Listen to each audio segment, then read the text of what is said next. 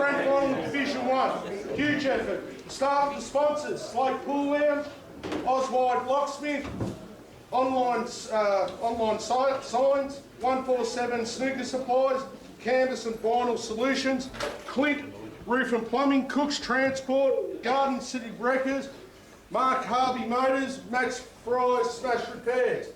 Just a thing to the players, when you want to ask for anything, touching ball, whatever, just get the umpires, myself and Donny's eye contact, make it loud. And that, please. The coaching, please, people in the crowd, please be careful. We've been pretty, not lenient, but we've been playing long enough, myself and Donny, where people have been saying things where we know the player won't play it. Players, neutral corners, 2 chairs there, or you can go here. And that mobile phones, either turn them off or put them in silent. And that, to the crowd, can you just show a bit of respect to the players when they're playing? Just keep it down a little bit. All games meant to be played in a sporting manner. I won't make a joke for the last time, will I? The one with Dave.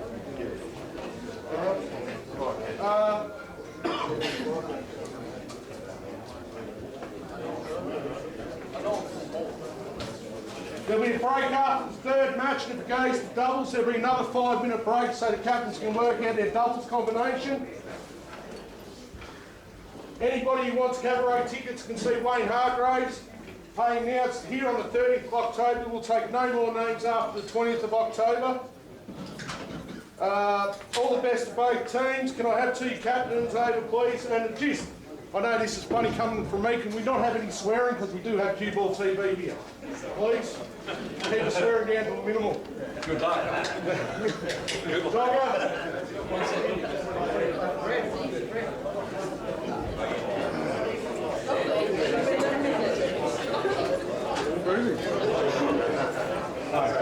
You finished on top, dog, so you can...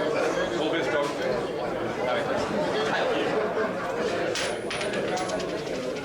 He's ahead. Pull back.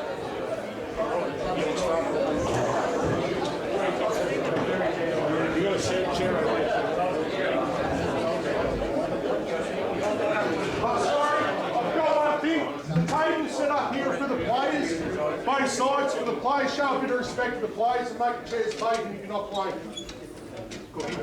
Oh no, shut up. Oh yeah, we're going to shut the curtain too. Lionel, can you put the lights down?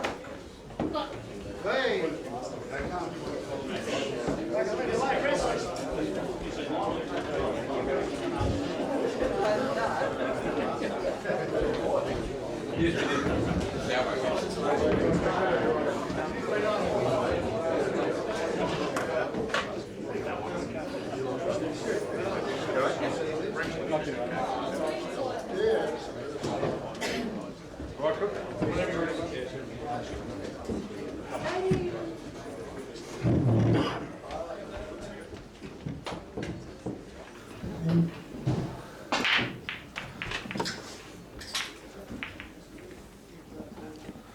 So we're up and running here.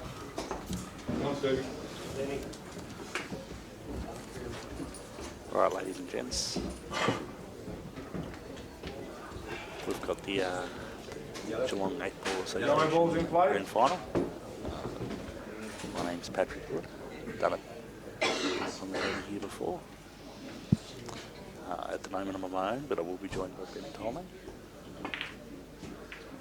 For those that don't know at home, the way the format works, each player, each side has 6 players. They will have each player in the side will play another player best of 3. So at the moment we've got Steve Graham playing Darren Nikolic, Steve on the yellows. Steve's playing for the Geelong Pool Club, and Darren plays for the Western Black, which plays their home games out of Slate, which most people would know. This is the highest division in Geelong, so there we have 8 divisions in Geelong of 8 teams, 6 per team, so it's quite a big association. This is the highest division, so this is as good as it gets for the Geelong area, I suppose. There's a few people that anybody that sort of tunes into Q-Ball TV regularly will know. Obviously Steve Tran, Joel Gaga plays on the side against Steve Tran. Boris Krasik, Peter O'Keefe, Tony Kostov will all be involved at some stage tonight. So, as well as a few blokes that you probably, if you don't know the Geelong area too well, they don't play anywhere else. So, as far as this game goes, obviously Steve's a quality player. Darren has played pool in Geelong for a long time, so he's not to be underestimated. And but Steve, obviously with his resume, definitely will start favourite. So looks like Dogger at the moment, or Darren, who also known as Dogger, is on the Reds. So he's got a pretty difficult task here of this red next to the rail. The yellow seems to be blocking that, so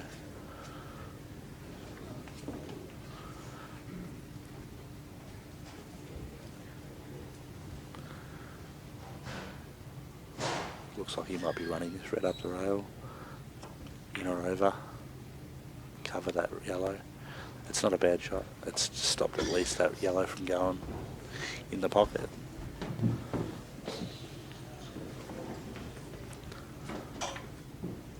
So like you can see in the bottom left-hand screen of your, the bottom left-hand corner of your screen there, it is the first of 4 matches. So the way it works is, like I said, six players per side.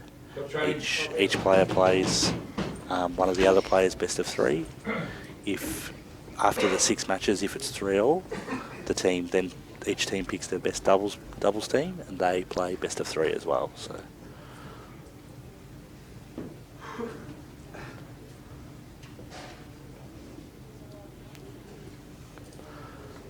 After this game, we'll get a bit of a wide shot of the room. There is quite a few people here. We do get a decent crowd. At the moment, I would say there's probably around 100 to 150 in the room. At some stage, though, it probably will get to a couple of hundred. So, Dogger's played a good shot there to get his red out. Still gives Steve a little bit of a chance. He does have those 2 yellows, though, but he definitely is in control of this frame.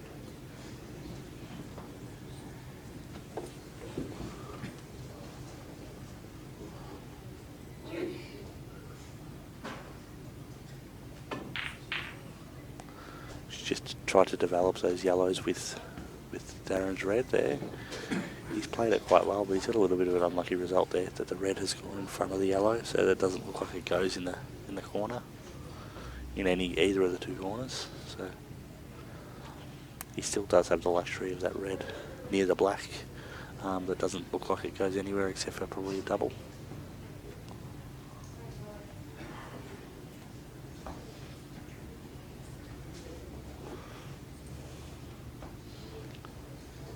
Steve might be looking here at doubling this ball back into the centre pocket near his hand and holding for the other yellow in one of the other centres.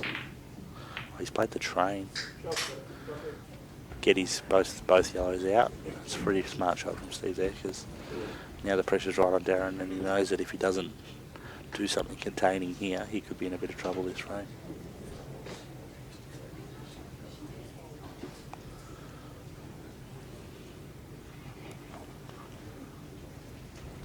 I think you'll find Darren might just play the red closest to the top rail there, play it over the pocket so that it doesn't go in that corner. Although it's not a great shot, because Steve doesn't have, too hard of a shot to think of next, but it does keep him in the game. So that's exactly what he's done. It's quite a good white from Dogger there, leaving it so close to yellow, because it makes it hard to get this yellow out. He's going to have to hit it quite fine to get it out.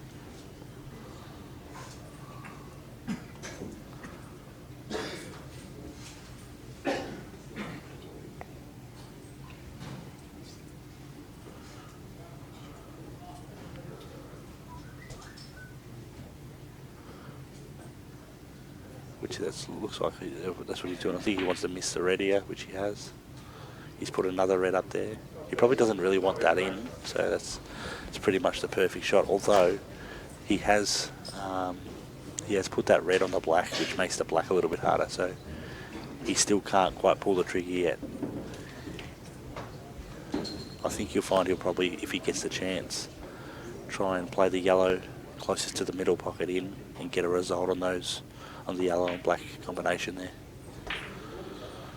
But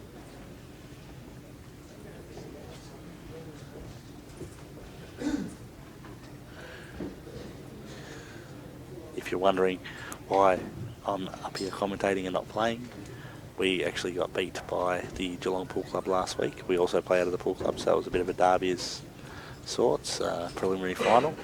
We got beat. It went 3-all in the singles games, and then went right to the last frame of doubles. It was 1-all, and then we ended up getting beat 2-1 in doubles. Steve Tran and Peter O'Keefe beat myself and my old man Colin Hood. So it's quite a great game of doubles to play in, to be honest. For those that haven't played too much doubles, it's definitely a different dynamic to the singles. They were quite tactical, long drawn out games, and with a bit of luck we might get that same result tonight. A bit of doubles action.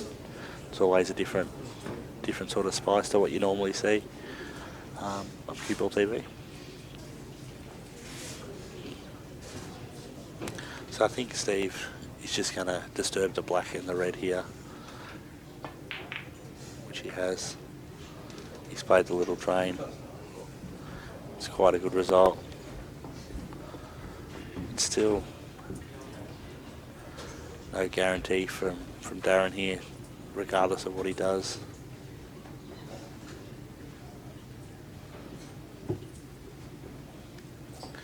I think he can play now trying to get the red to pot the other yellow, take that pocket. Obviously not in this shot because he can't do that, but at some stage that I think will be the goal, getting that red to pot the yellow over the pocket near the yellow and black.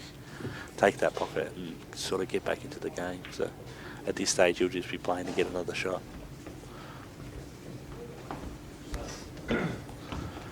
In the long term, I think that's definitely the goal.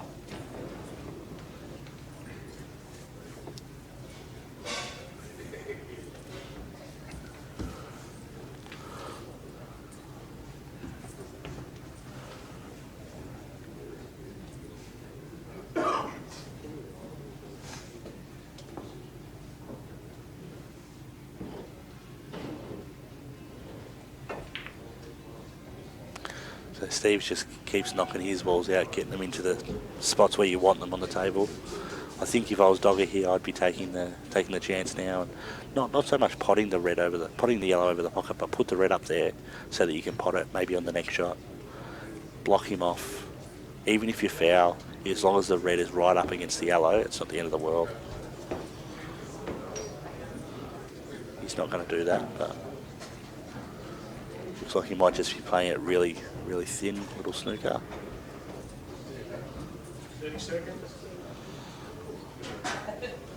Really fine in behind there. Doesn't look like he's got the snooker.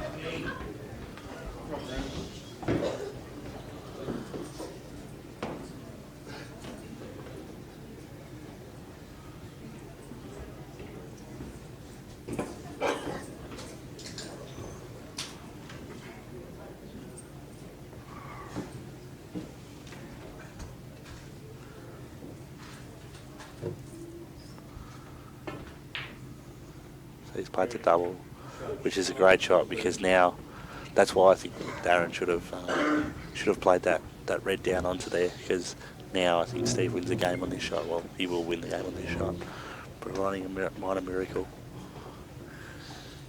Just got him. Just think with that other way, he could have got back into the frame.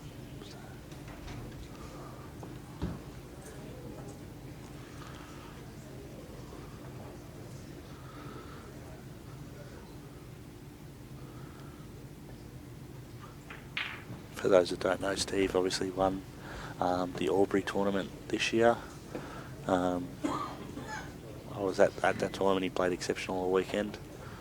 He also was runner-up in the state titles for Victoria, earning himself a spot in the Victorian state team, which he'll go and represent next week, I believe. It starts.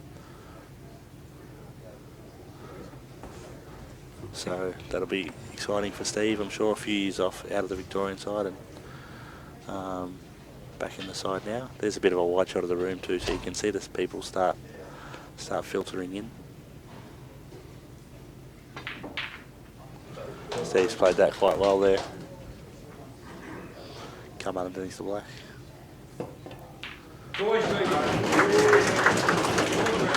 So Steve goes there ahead there 1-0, like I said. It is a best of 3. I believe Ben Tone's in the room now, so you won't have to listen to me talking on my own for too much longer, hopefully.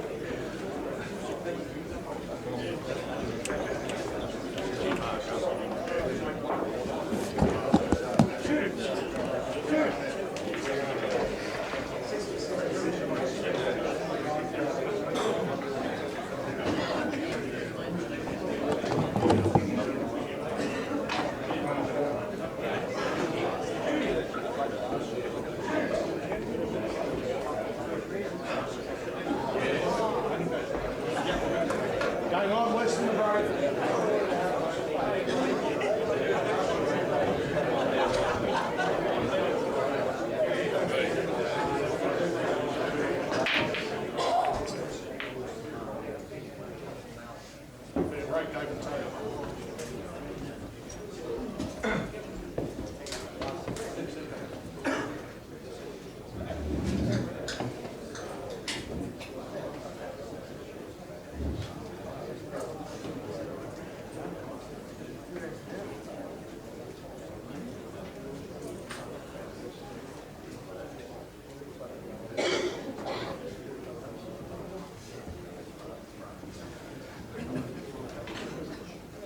Seconds.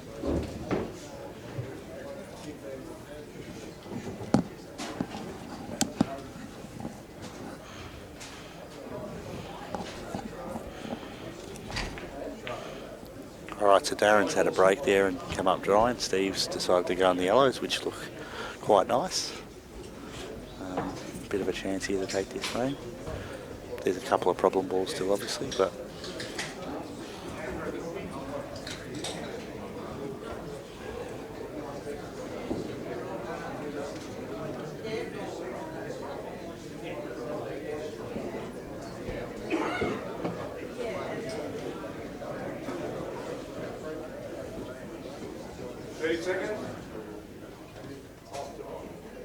he looked a little extraction here on the other yellow, which he's missed. He'll be disappointed about, because now it leaves him with no real guaranteed shot here.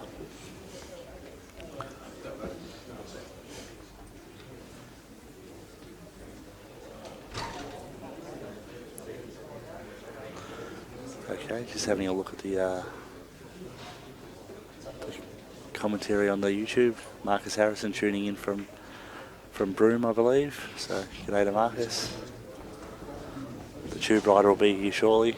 I'm sure he'll have plenty to say.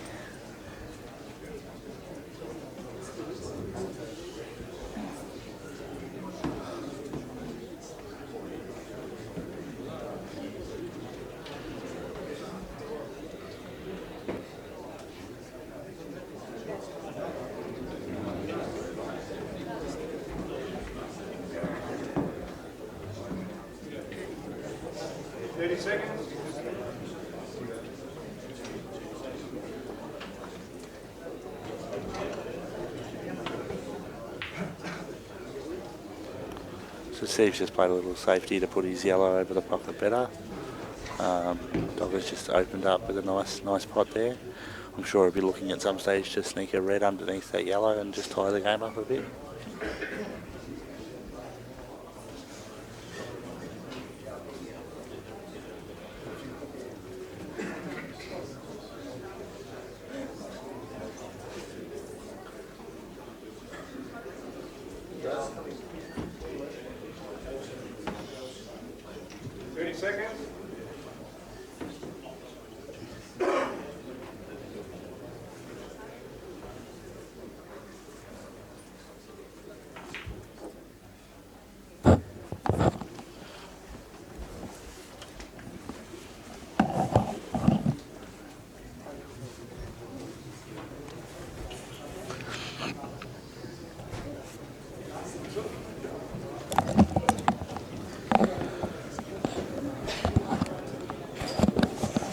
Okay, so we're being joined in the commentary box by the one and only Benjamin Tolnay. How you going, Did buddy? promise he'd make an appearance at some stage. Beautiful, good to be with you. So we can't hear in the headphones. So I've explained to everyone, anybody that's watching, obviously how it works and the way it's pretty unique, our sort of system, the way you only play one other player, best of three, and that's it. you have to just focus on your one match against your one opponent for the night. And obviously this one, while Steve, everyone knows how good Steve Tran is, and best of three, sort of anything can happen. Exactly right. Doggers played, in Geelong for a long time, and That was a nice shot by Dogger. it was a nice shot. Be interesting to see what he'll do with these two Reds. Yeah, I'm not sure if there's much on with them, whether or not it goes back into the other corner pocket or not.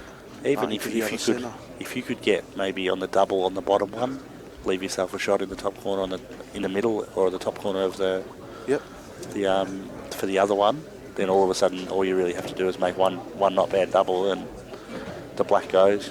Yeah. So. Just not sure whether he can go through that gap in between the red and the black, and maybe that one might go in the middle. The top ones. He's played a bit of a He's kiss. disturbed it. If he's a little bit stiff, he didn't get the yellow thinner, because if he gets that yellow thinner, that red still goes in his corner. Oh, definitely. Two, I don't know whether he can hit much, because there's a bit of a gap with that yellow ball over the pocket. Yeah. There's definitely room for a ball there, but whether he can hit enough of the red. If he can't, he'll have to play the train on, and that's a very, very fine train. That's what he's looking at. To get maybe even off the black almost. then. Oh, yeah. Off the black, underneath the yellow. I think with the angle that has to come off the black, you really have to play it with some pace. With hard, so that it throws wide off the black. And maybe screw into the red. That's what he's definitely playing, it looks like. Yeah. Oh, that's a huge shot. A bit stiff with the black. Absolutely. I mean, from 2 shots ago, if you were to put this ball, the table where it is now 2 shots ago, he would have been begging to have this chance. Yeah, absolutely. And even stiff in a way, like, obviously you can't control where the black's going on that because you're hitting going into the black. Yeah. Even there's a little bit stiff there. Now the yellow that he's gone into stops the double. Do you know what I mean? Yeah. So if that yellow's not there, he can just drop this one in, bit of bottom, and be on the double. Yeah. Now it sort of doesn't really go unless he can get to the side rail. He's missed that one. Missed it. Obviously, it was just too much. Yeah. Not only making the pot as well, which wasn't easy, but getting on the black as well was very difficult. A half-decent shot on the black. From here, but I think he's left Stan, Steve Tran, a little bit of work. Yeah, I doubt Steve will be having to go straight up. He's got that yellow on the side rail, which is dead. The yellow on the bottom rail's not easy. So. I think too, doesn't really have to look for a snooker. He can just play a safety. Yeah, play safe, but he's gone for the snooker. But this might push the red. I'll tell you what, I don't think he can get that, but I don't think he can play it in the centre, but I reckon he's on it up the top corner, which is not really great for him. For the black, but if you play this with left-hand side, you still may be able to hold for the black. That might be deceiving. You never know. That he might be able to pot that in the middle. Yeah, from the angle. I don't think he can, but you never know. Maybe with a little swerve. He's looking up the top, I think. I'm watching him as well. I think he's looking up the top. I mean, depending on how far. I think here too, even get the red right over the pocket. Put the pressure right on. Do you know what I mean? Exactly right. You better get a good snooker, otherwise. If you can get out of it, you're going to pot the ball. That's a great shot. He's played it quite well. It's nearly as good as he could have played. Yeah. It wasn't. That looked like the line was perfect. And it's just sat on the top jaw a bit, but that shouldn't be too much of a problem. You can pot it from anywhere. The thing is, if it drops in, he doesn't have a shot on the black, so it's about as good as what you could have asked for. Definitely. And now all of a sudden, Steve has got to play a snooker and got to get it right, otherwise. Exactly right. Because if he can do an escape from a snooker, all he's got to do is hit his ball. obviously. But Do you think he's playing the snooker here? yeah. I was going to say it probably wouldn't have been horrible to play the let him yellow go. in front of the black rather than play the snooker. Yeah, So play I the would- white to the other side. Or play the yellow, the yellow that's closest to the black down to cover the black, and leave the white where the yellow is. Yeah, I'm not sure he was on that angle, but It's hard to see now. But the thing is, if Dogger can hit this, obviously you pot it, and then he's got a shot on the black, you know. Exactly and Steve's right. still got that dead ball over there on the left-hand corner, left-hand centre, I mean. and could leave him with an awkward first shot, depending on where he I leaves think it. he'll be playing a little swerve here. He may not even have to. He may just. Only problem with the swerve is if you hit You're it losing thin, the white a little. You're going to lose that white to Yeah. the other side of the table. He's playing the black up there instead, which is I probably don't not. mind this shot at all. It's not a bad shot, is it? That's a really good shot. He's played it really well. I probably would have cut the black up there though to try and leave the white on the yellow, so that don't he leave doesn't him have an first easy shot. first shot. Yep. Maybe that might be the difference, because I can see Steve here getting that yellow out, and 2 shots on the black, even though it's no gimme. It's He could very well pot this in the corner and then, oh no, I don't think he's going for the double. I know, that's all, pot it in the middle and then maybe use one of these two to get it out. I think he's still not far up the table enough to play the double kiss territory there. No, I think maybe he might pot the ball over the corner. Pot the one over the near the closest that he's closest to now. Screw back a little bit further so the double's a bit easier. Yeah. Or maybe he might even leave himself the kiss angle, which is what he's done. Also too, He's left the kiss angles here, so he just floats off this towards the middle. Because if you get this kiss here and get it half ball, it'll come out. The white will should come out naturally and for the other ball one, down the rail, which is what he's done. which is perfect. Yeah. He's played it well. So now it's just about making your pots here and leaving Exactly yourself right. 2 shots on the black. Pressure's on too. Like, Oh, for sure, We all know how good of a player Steve Tran is, but There's a fair crowd here now, and he's never felt the pressure of a Geelong 8 ball sort of grand final they've played the last few years, and he's. Exactly right. That's a good shot. It is a good shot. It's still rather fine, but he should be okay. Could even take it up the top, but you'd probably go the cut in the I middle. think he'd be going the cut in the middle. It is a fine cut though. Yeah. Yeah, Just going to screw up and down the table, and all he wants to do is give himself nice angle. very, very hard to control this shot though. It is. I think what he'll be going for here is just giving himself a shot. Just take a shot on the black. I basically think he'll try and double the black at the same pace as the white to come back down towards the middle of the table. So the black off the bottom rail, maybe off the side rail, and the white goes to the other side rail and maybe leave it on in the middle pocket. I would say that's what he'll try. But I would say if you're going to double the black here, you don't try and double it at the pocket, because that's where you can get the double kiss. Yeah, that's right. I'd double the black to say somewhere just past the balk line. Yeah. Hit the cushion there, so you know that it's coming up this end of the Coming table. outwards. Yeah, that's right. Which is sort of what he's done. Yeah, he's hit it quite hard. Oh, yeah, it's not going to.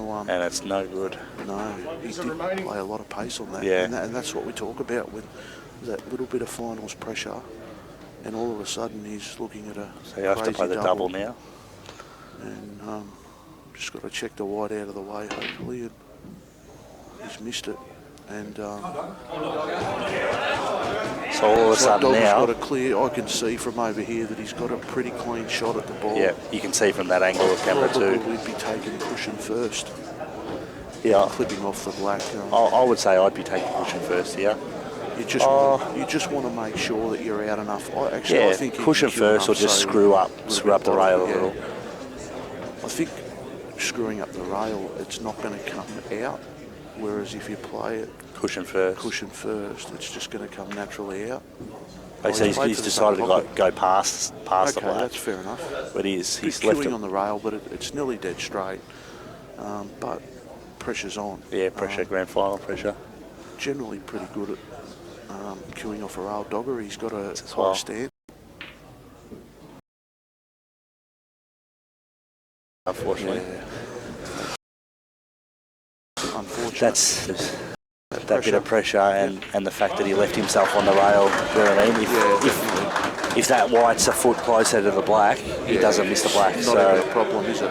I suppose maybe you question whether he should have been coming back past the black, or whether you just take it up and play the black into the other quarter. But I suppose you say to yourself too that how often does he miss that black? Do you know what I mean? Yeah, that's right. At the end of the day, he had a pretty good shot on the black, so the next a bit stiff to land on the rail. But next match we've got on here that's is where the cushion ball, then cushion, just at that slow pace. Yeah. The white's going to come out off the rail with pretty good angle. So. All right, so it's 1-love to the Geelong Pool Club, who have done a big effort. They've come from 4th. Yeah, definitely. Knocked you guys out last week. Knocked us out last week. To come and watch that. I did tell anybody that heard they beat us in the last frame of doubles.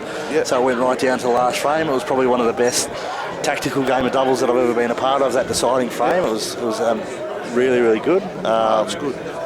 Would have been nice to have that on camera as well, because at one stage someone played out of turn. So. Yes, I have heard a little bit of a rumour about that. Yeah, but, someone's played out of turn at some stage, so we don't know when, but... Yeah, well, and I've spoken to people from both sides of the coin, and they're not real sure on which players shot out of turn, but they've just gotten to the end of the frame and realised, hang on a minute, that person shouldn't have been after that person. So, yeah, and that's the thing. Finals pressure. Finals, and it was very intense last week, and... Dan's he's just in the camera here showing us the view from the CV Club. It's a great bit of camera work there.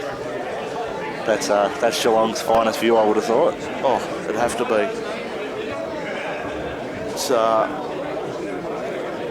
very good next year. Hopefully the Cats can get a few sweet trades. Yeah, home of the mighty Geelong Cats. Paddy Dangerfield. Probably cop a bit from the viewers about talking about Geelong, but that's all good. Back on the match, next best of 3 here, we've got Boris Krasik, representing Western Black, playing against Frank Lawless. Okay. So same sort of thing. A lot of people that have watched it probably know Boris. Yep. A lot probably wouldn't know Frank, but in the same sort of situation. Frank's been around for a long time, and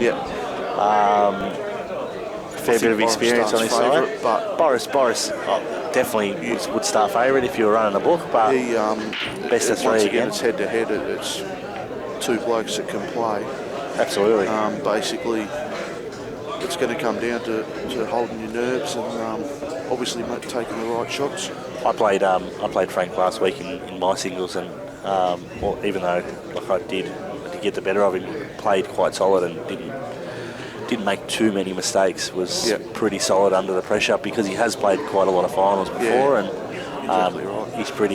he's pretty solid. You know, he's not spectacular, but he's pretty solid, and it's one thing you can't buy finals experience too. Absolutely. You just have to be there consistently to get used to it. So, and it is different in Geelong because, like, obviously I've played in a few different leagues where Boris has gone in off there, a bit stiff, trying to, I think, create a hole for those yellows. But look, it looks pretty bad, but probably glad he didn't disturb the yellows in the end, because it'd be interesting to see whether that outside one goes now.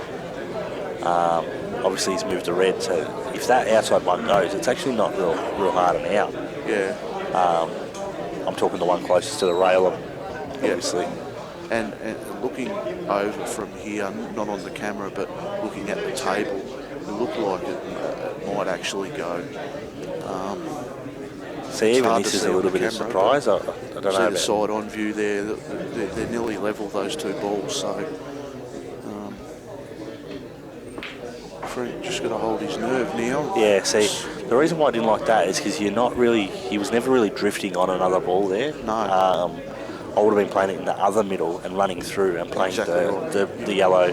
Better position of getting on in the top left-hand corner. Tough pot. He might have a bit of a dip here and even play a bit of an extraction if he can. Yep.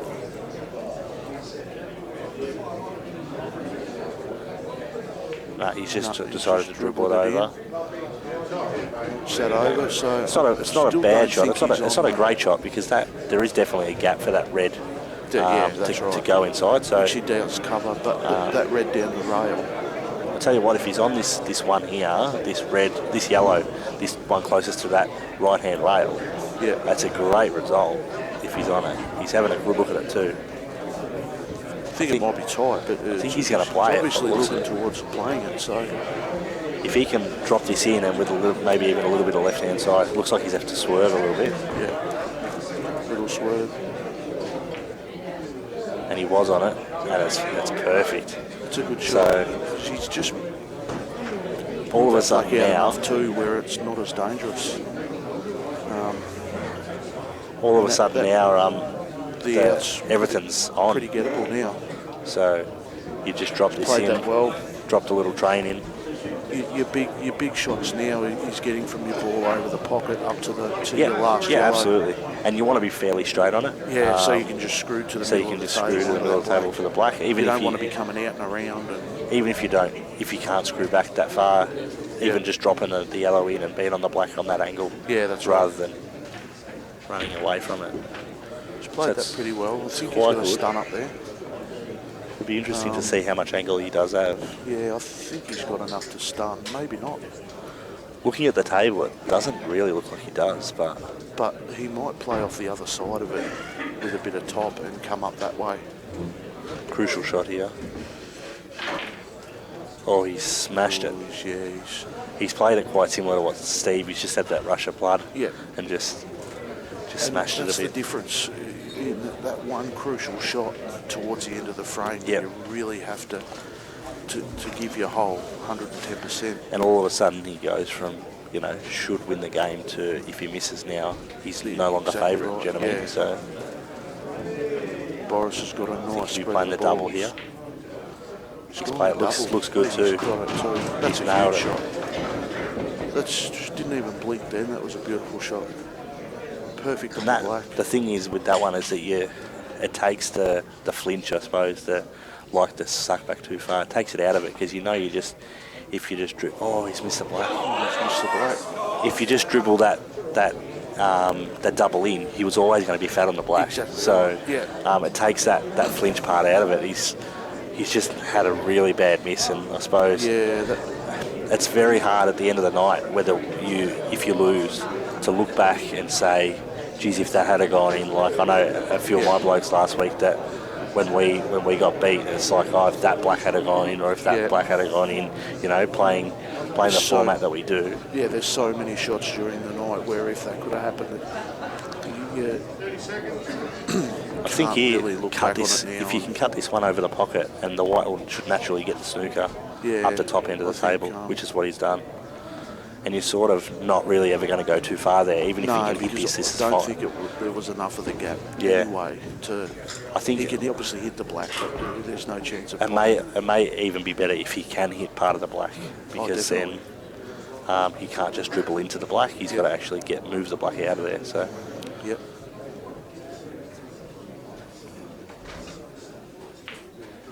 Which is what's happened, and you can bet your sweet life that he's going to play that red next to the rail there and get the little snooker, because it stops there. The only problem with that one is he does leave him across the table. I don't know if it does, it does, but you have to play it then with the extreme right-hand side, narrow, because the reds are in the way.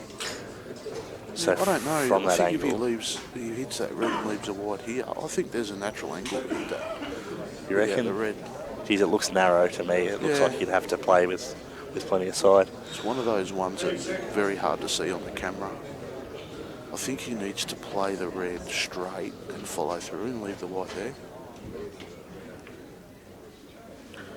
Yeah, that doesn't... I don't know. I don't think Boris has had a look. Doesn't look... It's not as much side as what I thought it is, but it's still not natural either. So you do have to play a little bit of left-hand, a little bit of right-hand side, sorry. Definitely, but... And the other thing that the camera doesn't... The black is actually quite a little bit up from the centre pocket. Yeah, You're almost cutting the black into the corner, into the centre, rather than knocking it straight in. Obviously, it's still got that point where if you hit it, it goes in. But it does look deceiving on the camera. On the camera, for sure. You just hit the black straight into the we're sitting pocket, side but on it's with the actually black here, and we can definitely a couple of see. inches, from being centre. See what he does. He's played it well. He's missed it altogether. Geez, he's missed that by a mil each side, I reckon. Yeah. It's a bit unlucky not to get it on the way through and then miss it on the way back. Yeah. There's a fine line there between... So in this situation here, Ben, do you think you take the ball on next to the rail first? Oh, Dan's got the action replay there. Yeah, Jesus, missed it. It's got close. I think you've got to put the middle ball first. Middle ball, And as then in the furthest one up the concentrate table, yeah. Yeah, because I think you go Which is off what 2 he's doing. rails and then get on that ball nice. Or, bit of bottom, same thing. I think Pretty with much that the same ball, result. I'm pretty sure with that one, if you clear up the rest of the table, you can leave that one to last if you've got your 2 shots left. It'll be interesting to see whether he does waste a shot earlier. Yeah, no, that's...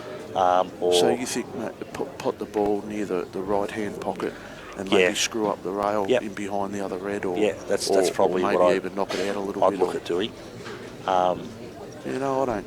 You see, you can also too, if you pot a couple of these balls over and get say your white near the black spot, you can cut that ball in down the rail, cut that ball in down the bottom, and run the other one out. Yep. You know what I mean? Which I don't think you can do now, but I just wonder what his game plan is as far as with that ball, whether he waits till it lasts or whether he... Yeah, he's trying to get on it now or not. I think to me, it doesn't look easy. It doesn't look simple. No. From here, this next shot getting on a red. So... unless, I think, obviously, I don't think the red goes in behind that black. I think into the middle. He might screw back off this and use the rail. Yeah, he's got good Give angle. a bit of angle. I think he'll screw out in the gap. Yeah, That's a good shot. If that had now he can play the ball straight across and leave himself the obviously- angle for a kiss. Yeah, leave yourself. See, I think, just dribble this in and then I don't know whether you want to go into that ball too much because you don't want to disturb. You've really got to use your 2 shots on the other red. The thing is, though, if you leave yourself the angle here to get this kiss, and rather than go into the ball, go to the cushion first, right?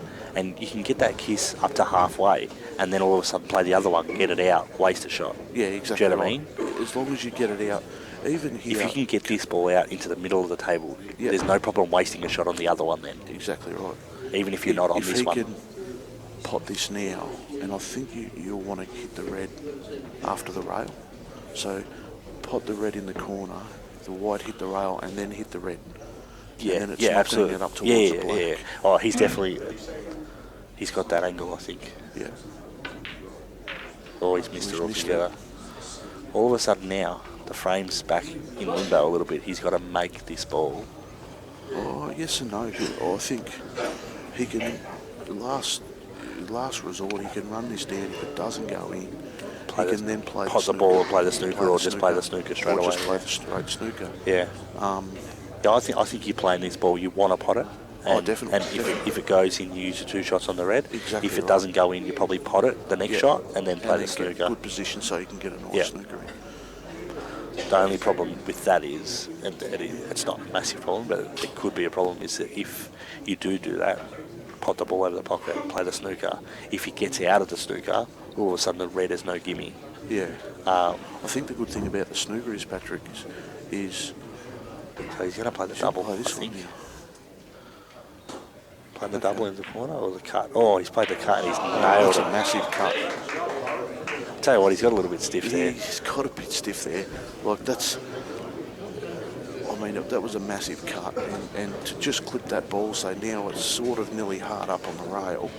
This isn't an easy shot just to set up somewhere. Yeah, I think you want to double it, almost play it dead straight, double it, I'd only be doubling it out about 6 or 8 inches. That's what I'm saying. So taking it you're not straight up the doubling it top. towards the pocket. All you're doing is doubling out to the middle of the table. Yeah, You play it in the exactly top right. left-hand corner.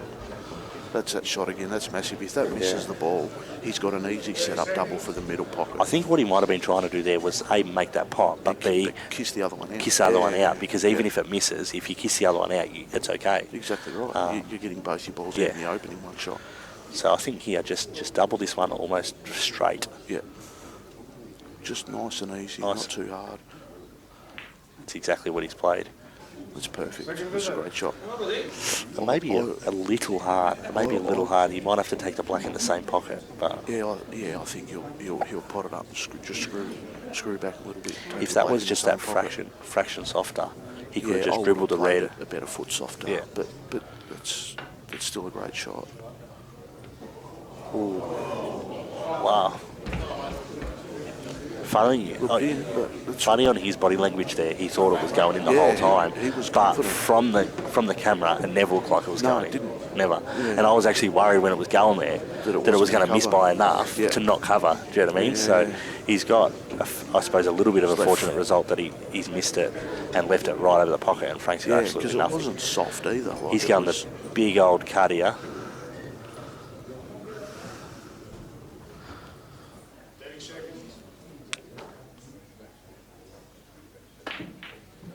he's double kissed it.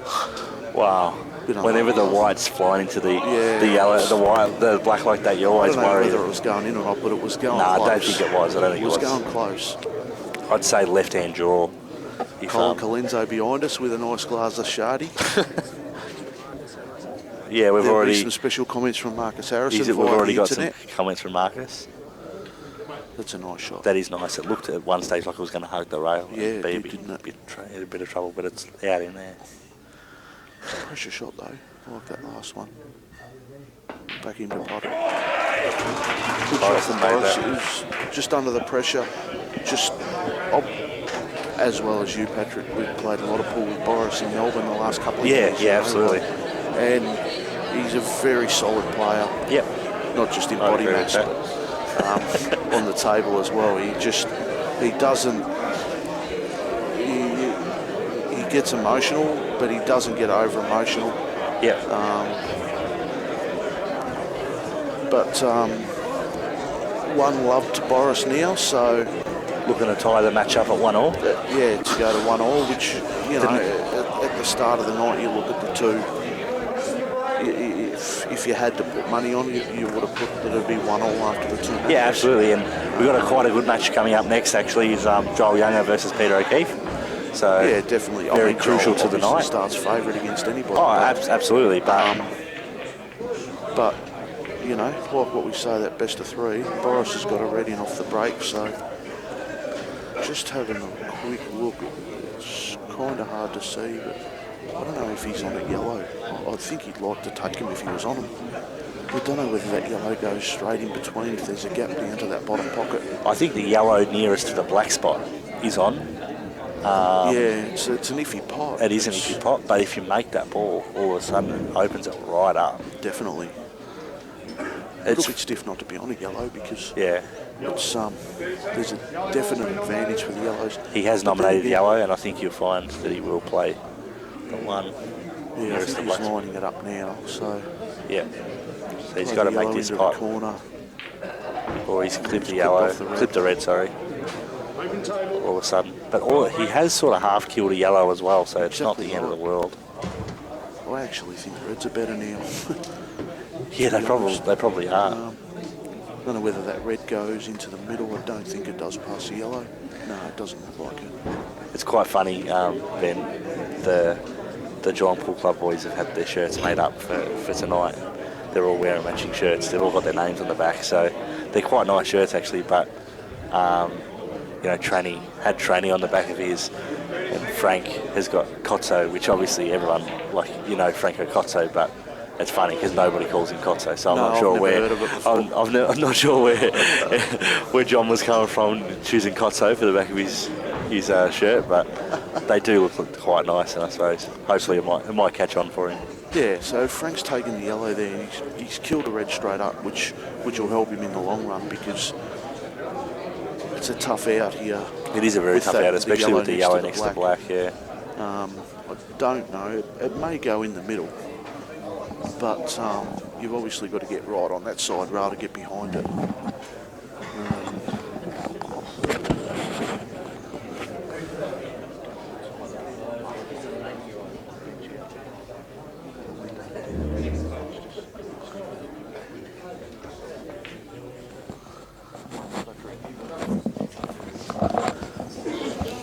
Do you take the risk here, Ben, and play the yellow in the middle, come up and down, and maybe get a kiss on the yellow and the black?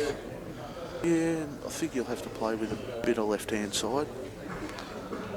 Maybe. Oh no. No, he's decided not No, to. Yeah, he would have needed a little bit of left-hand Yeah. side, I think. Not Interesting much. tactic here, just leaving that, because you're saying to yourself, all right, well, I'll pot on my balls and leave that to last. There's no real extraction on.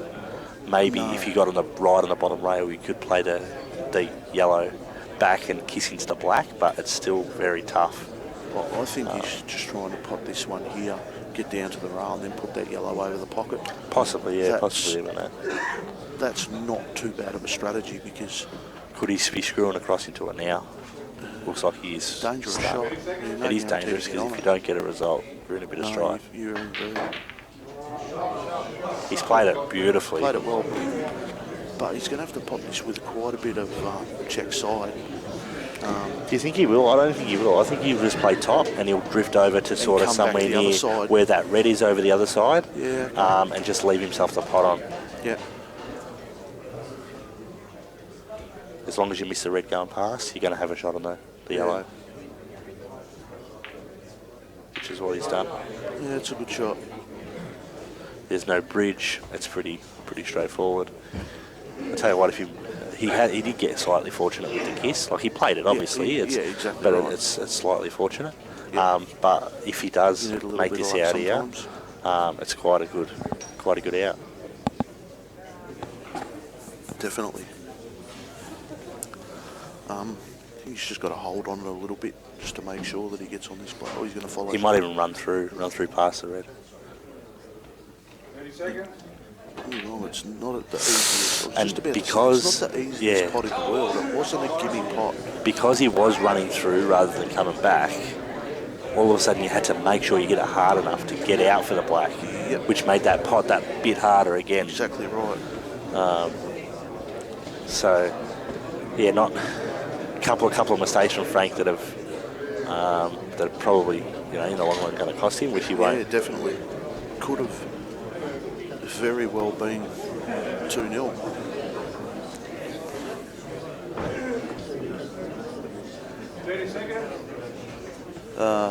We've got Mick Hodgetts and Marcus Harrison having a bit of a joke on Couple the, of nuffers on from- the internet. So That have been kicked out of Geelong. yeah, not too bad from two blokes that aren't allowed back in the 3220 fucking postcode. Sorry about this language, but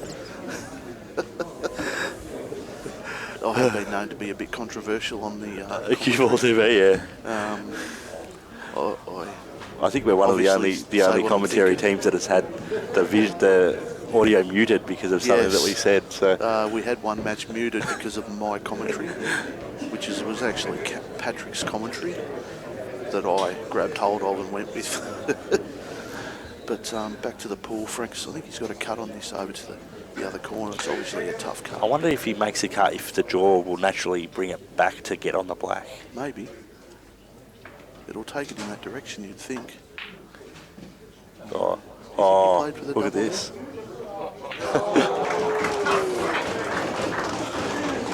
Do you think he played for that, Patrick? I don't think he played for that, although if he didn't, he missed a cut by a long way. Well, yeah. He's got the double. He's played the double on the black as well. Well, I think we've got the new bar double. It's now the Frank double. It's an unbelievable shot.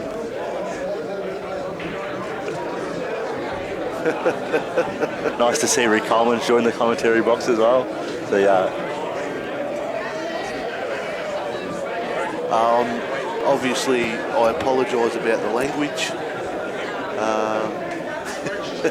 I don't know who the Logic gamers. For all the people out there, if there's any youngsters, I apologise. Definitely slipped out. Big way to finish that frame from Frank after missing a relatively easy one to make it go double-double to finish it off. And no Tassotto tickets. like brother, I suppose. That's one of Dave's favourite sayings. So 1-1. This is back to big frame. This, obviously, we're probably going to say that a few times during the night, but this is an absolute ripper. There's going to be those moments where it's just going to define the grand final. Everybody's got the chances, in the last match, Dogger missing the black, and there's going to be frames where people are going to miss shots or pot shots that are just going to change the whole sort of concept of the whole final. So that could be one of them. Frank to break now. See how he goes. He's cracked them open well. I don't think he's going to get one though. No. Okay, so we've had word who the Logic gamer is, Jamie Wickham. For those that don't know him, we'll be serious here for a second. One bloke that we all wish was here, obviously, is Gary Wickham, Jamie's husband, and missed by everyone in the Geelong pool scene. And I'm sure he would have had some involvement, whether it be on commentary or in the actual match itself tonight. Oh, definitely. Yeah, he would have. Or even if it wasn't that, he'd be joining for a beer afterwards. So definitely, for a crownie, I dare say. Definitely, grand final night is one night that reminds me of Gaz, because one of my very first grand final, I played Gaz in the granny, and so yeah, certainly reminds me of Gazza. Yeah. And like I said, would be great to have him here, but I'm sure he's watching from up there. He will be. Hopefully, they've got the commentary on up there. Yeah. And Boris has taken the red balls here. They look quite nice, actually. actually. Out here, they're definitely there. That's quite a good shot too. I know Boris pretty well. He'll be seasoned about the last frame. Oh, absolutely, yeah. Just that he had a chance and didn't even so much make sure of the snooker. Left him half a chance, and Frank jumped on it. So, and I know what Boris is like. He'll be very determined this frame here. So, obviously Frank will be too, but. A little bit of work still as far as transition from these balls, because there's a bit of traffic up with the yellows.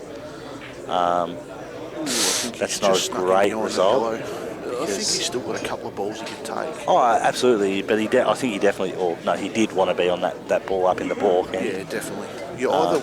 I think you either want the yellow near the middle or the yellow to the left-hand side of the table. One of them wants to be your last ball. Yeah, absolutely. Just to get onto the black into the right corner. So I think you're taking the yellow closest to the right-hand cushion here. Sorry, the red. Oh no, he's taking another one. I thought he'd take the one close to the right-hand cushion. Yeah, just I thought that too, but obviously his cue's not hampered. That's a pretty good shot. Played that really he gets well. Up a bit. He's played that really well. Yeah, he has. But again, I don't know if he wants to take this ball now, unless he can. I think I'd almost be taking the red closest to this corner pocket in the camera. The right-hand side. And trying to get on that ball up in the top corner. Yeah, so you can nearly pot that with a little bit of. You don't even need much side, but a little bit of top right-hand side. Yeah. Watch the off in the middle. Go around that as long as you don't go off in the middle, it looks like a not bad angle then to pot the ball in the up in balk and you get back down. But he's going to take this one first, which is fair enough. It just makes the transition to the black a little bit tougher. More difficult, yeah. So pot this, obviously he wants to screw back. I hope he's got, I think he might have, might be straight enough so he can screw straight back, maybe into the yellow, but I'm not 100% sure if it is. It looks fairly straight, but obviously stretching a little bit over. Mick Hodges just asked who's in which side. Obviously, he's still leaving Geelong, going to Ballarat. Still hasn't worked out how to read yet, but he's in the scoreboard. So he's just given himself a chance. Here with obviously this it was one. hard stretching over that ball because with this one here, Ben, I think it's all right, bit of left-hand side, as long as you miss that yellow. It's the top yellow. Yeah, if you miss that top yellow, it looks like you're probably... There is a couple of balls in traffic. It's a tough shot. Joel versus Ace, Mick. Joel plays for Western Black. Ace plays for Geelong Pool Club. The fourth game is Lorenzo for Western Black playing against Tony Kostov for the Pool Club. Fifth game is Ian for Western Black playing against George the Lawyer for the Pool Club. And the last game, if it gets there, will be Adam Couchman for Western Black versus John McCarter for the Pool Club. So, he's missed the ball. Can he get a favourable kiss here? That's a great shot. He's played it quite well. Got a nice kiss too. Yeah. It was necessary, but I think he can just cut this in and he's going to flick the yellow. Yeah. It's not going off. I think he'll probably play it with bottom anyway. Yeah, maybe. Just to make sure. Yeah. Just to know that you're not going to go in off. Yeah. The only problem there is if you can play it with too much and going off as the same pocket as the black. Yes. But I think that's how he'll play it.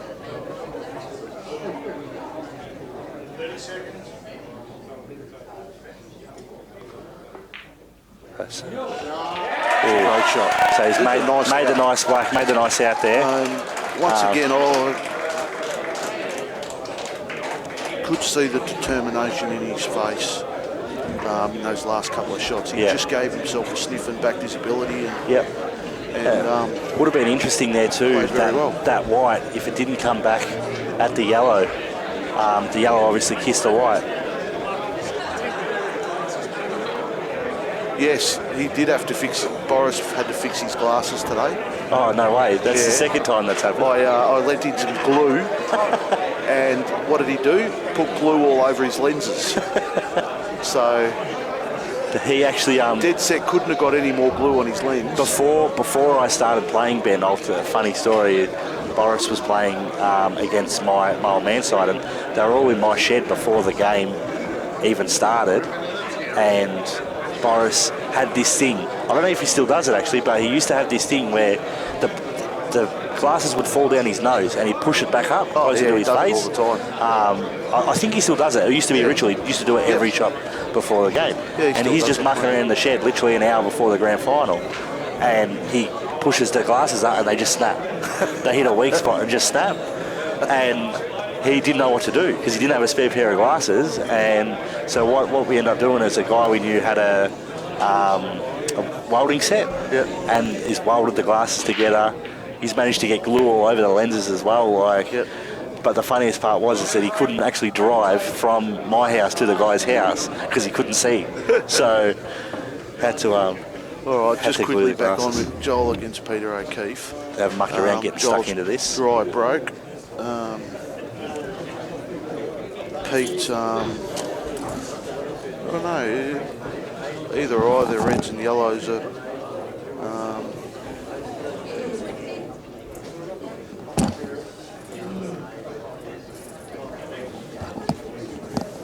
maybe take the yellows.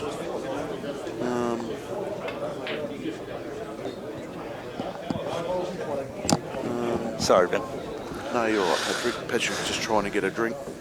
It's pretty hard to find good service around here, but Stip finally going to get him a drink. So just if you've just tuned in, it's 1-1 in the match.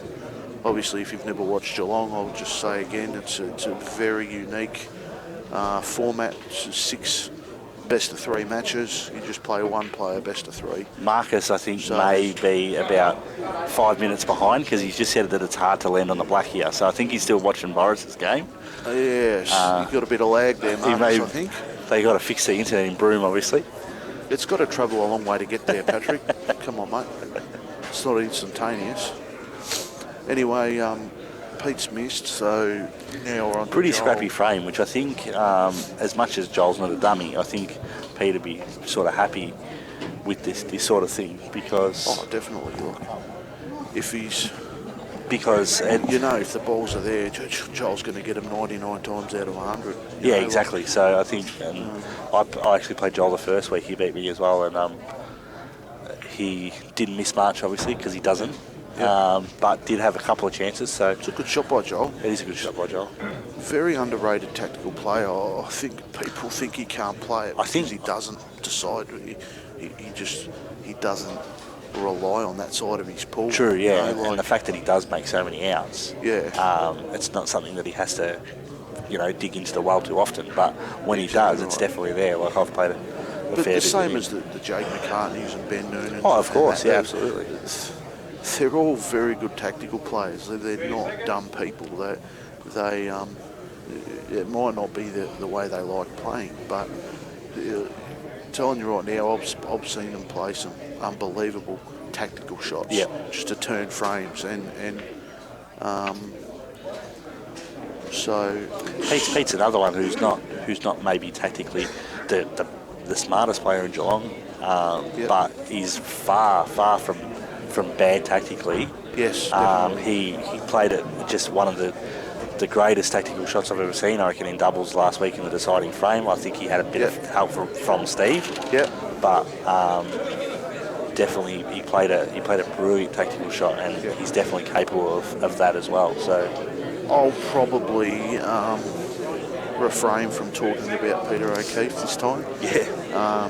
For anyone that doesn't know, it was a little bit the controversy we were talking about earlier was between me and Peter O'Keefe. So all sorted now, all good. All good now. Everyone's we're friends. back to we're mates again. We're talking. There's only been 2 punch-ups, so it's all been good. Dan probably copped it worse than I did. Poor Dan, getting phone calls at 10 o'clock at night. No, but in all seriousness, Pete, Pete knows that it was all good. That it was all in jest, and Pete knows that it was in jest now, and that we definitely do rate him as a player and respect him as a person too. That's exactly right. And the thing is with this, I think the Pool Club, when they're looking at this matchup, part of them would be disappointed that one of their best players has got to play Joel, because Joel's obviously very hard to beat. Yeah. But part of them too would look at the upside of the fact that Pete is definitely capable of beating Joel. Oh, of course. And if he does, I shouldn't say it guarantees it, but it's a massive, massive win for them. Yeah. Because when you've got a guy like Joel Young on your side, when he gets beat, it's deflating. Do you know what I mean? So, no, you're dead right. It's I think the last 2 matches, obviously not to the extent of this one, but the last 2 matches have been similar in that sort of that underdog, if they had pinched a win off the better player, could have been sort of worth 2 wins instead of just the one. But very tactical Pete's game going on here. Yeah, there's a lot of pool to be played in this one. Even Joel's sort of pushing and prodding balls, and I don't even think he was trying to cover the pocket then. It was just to put it up. Just get it up there and get it in the way. Yeah. Obviously, if anyone knows that if there's a sniff of an out there, Joel's going to have a crack at it. But and the thing is too, like I'll say this too. There's been a bit of a knock on Joel, I suppose, in the past about how much he cares about the game of pool and only will do it if there's a quid in it for him and that sort of thing. Not my words, other people's words. But one thing I think to credit Joel with is that this actually, from speaking to him, means a fair bit to him. Like there's no money involved or anything like that. This is his team that he's played in now for a few years, and he's feeling the pressure just as much as anyone else is. Oh, exactly right. He wants to win. He wouldn't waste his time playing all year if everyone wants to win. So, exactly right. It means a fair bit to him, and it's great. And that's the thing, and both you and I understand as well. It's when you're playing in a money tournament and you're getting down towards your sort of last few rounds or whatever. At the end of the day, you're letting yourself down. Yes. If you get beat. Whereas in this situation, there's 5 other blokes. You've got to turn around and look at those 5 other blokes. And the last thing you want to do is see them, shake their head or, and it's not them doing it on purpose either. Of course, it's nobody a natural reaction. Purpose, If you lose, you're going to be disappointed. Now, everybody that loses tonight, you've just got to hold your head up high and say, you know, there's 6 other teams that aren't even playing at this level. So, you know, hold your head up high. And I would have given, you know, just about anything to be one of the sides to be out there. So anybody exactly right. that isn't, and even more so for you because you know you lost last week in the prelim. Or average shot from Pete there. Pete's really tried bad. to pot Joel's ball. Obviously, and he hasn't. Not a bad choice of shot, just poorly executed. I thought it wasn't a bad shot at all. That's going to make it just further tough on what I was saying about Joel as well, about what it means to him. And not only does it mean, I think, a lot to him, but it also means quite a bit to the people, to the up-and-coming players of Geelong, to see a guy like Joel play, put his time and dedicate his time to play. So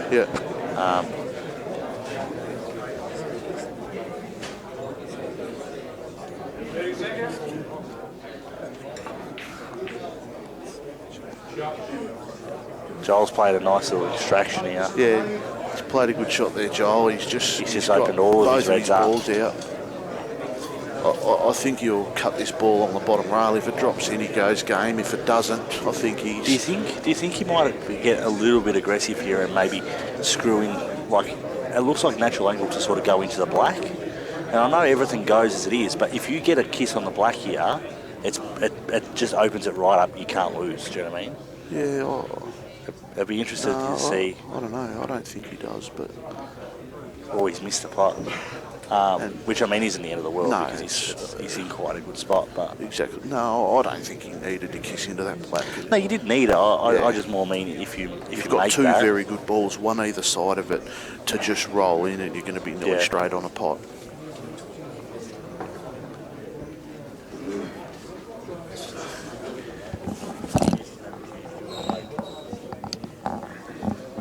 So Pete's obviously just going to try and cover that ball. Yeah, not quite enough. A little bit. It was hard too because he was playing sort of the train through a gap that had to sort of obviously push a yellow over the red, but obviously you can't hit it too hard because you can't pot the red. But I think you might see Joel play the train here and hold for the red in the middle if he can. Yeah. He doesn't need to, but yeah, I don't think he needs to. I think he might. He's going across the other side. And he'll play the train now. That's okay. I think I just think he would want to get rid of that red. Yeah, the red near the yellows. You've just sort of got to get rid of that early because... I think he wants to get rid of this red that he's closest to now as well, just because it's out of all of them, it's the least straightforward of... We've just got offered, apparently, $20 each to hand over the microphones. But we'd love to pull that much. From Roy Tan, obviously, Mr. Money. He doesn't speak English anyway, so... Yeah, so we would have had a translator for Mandarin. Yeah. Yeah, Joel's played a nice shot there. So now he just gets the other tough ball. Well, not tough ball, but the one that's hampered the most volume out of bit, all of the four. I think he'll leave the bottom red for the last ball just to get on the black in the middle. Yeah.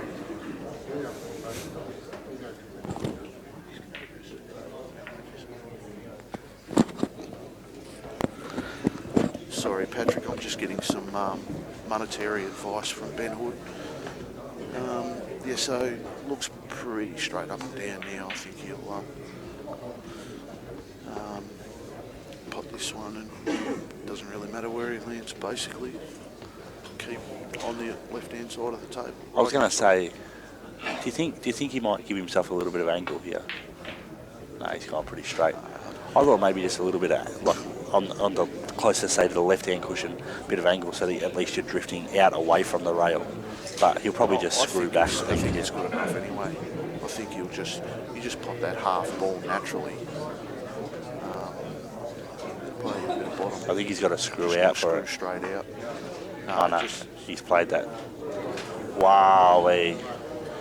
And that just shows you, like, don't mean to harp on it, but that just shows you the pressure that these guys are under, because how often would you see a guy like Joel make a mistake like that? Exactly right. So...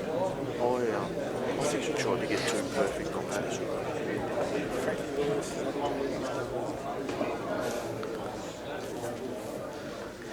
think he might be looking at maybe playing it off the yellow. Off the yellow. It looks... The thing is, I if don't you think it cuts. if you cut this, you're flying into the yellows and you're opening them all up. You know what I mean? So Yeah, it's a tough. It doesn't need to. bit of crowd. I think everyone's still shocked by the fact that the ball ended up like that.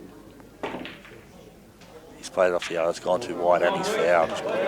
So all of a sudden a huge chance now for Pete. Just very, very, very.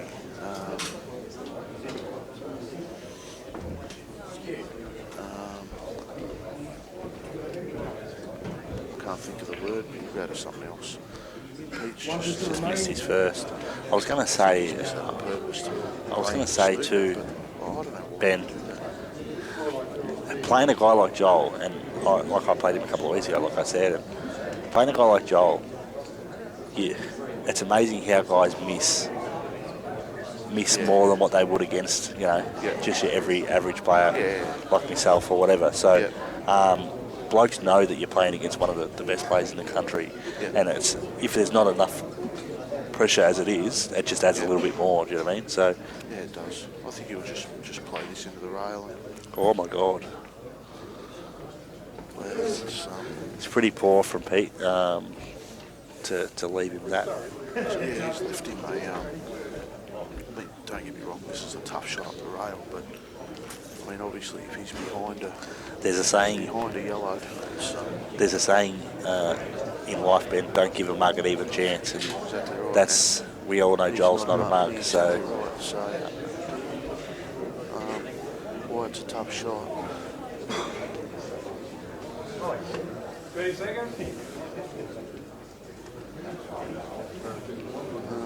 Interesting to see how he plays this. He looks like he's screwing back, which is a surprise. So I think he's going to play double. Maybe doubling it over into the left-hand corner, yeah. I think so.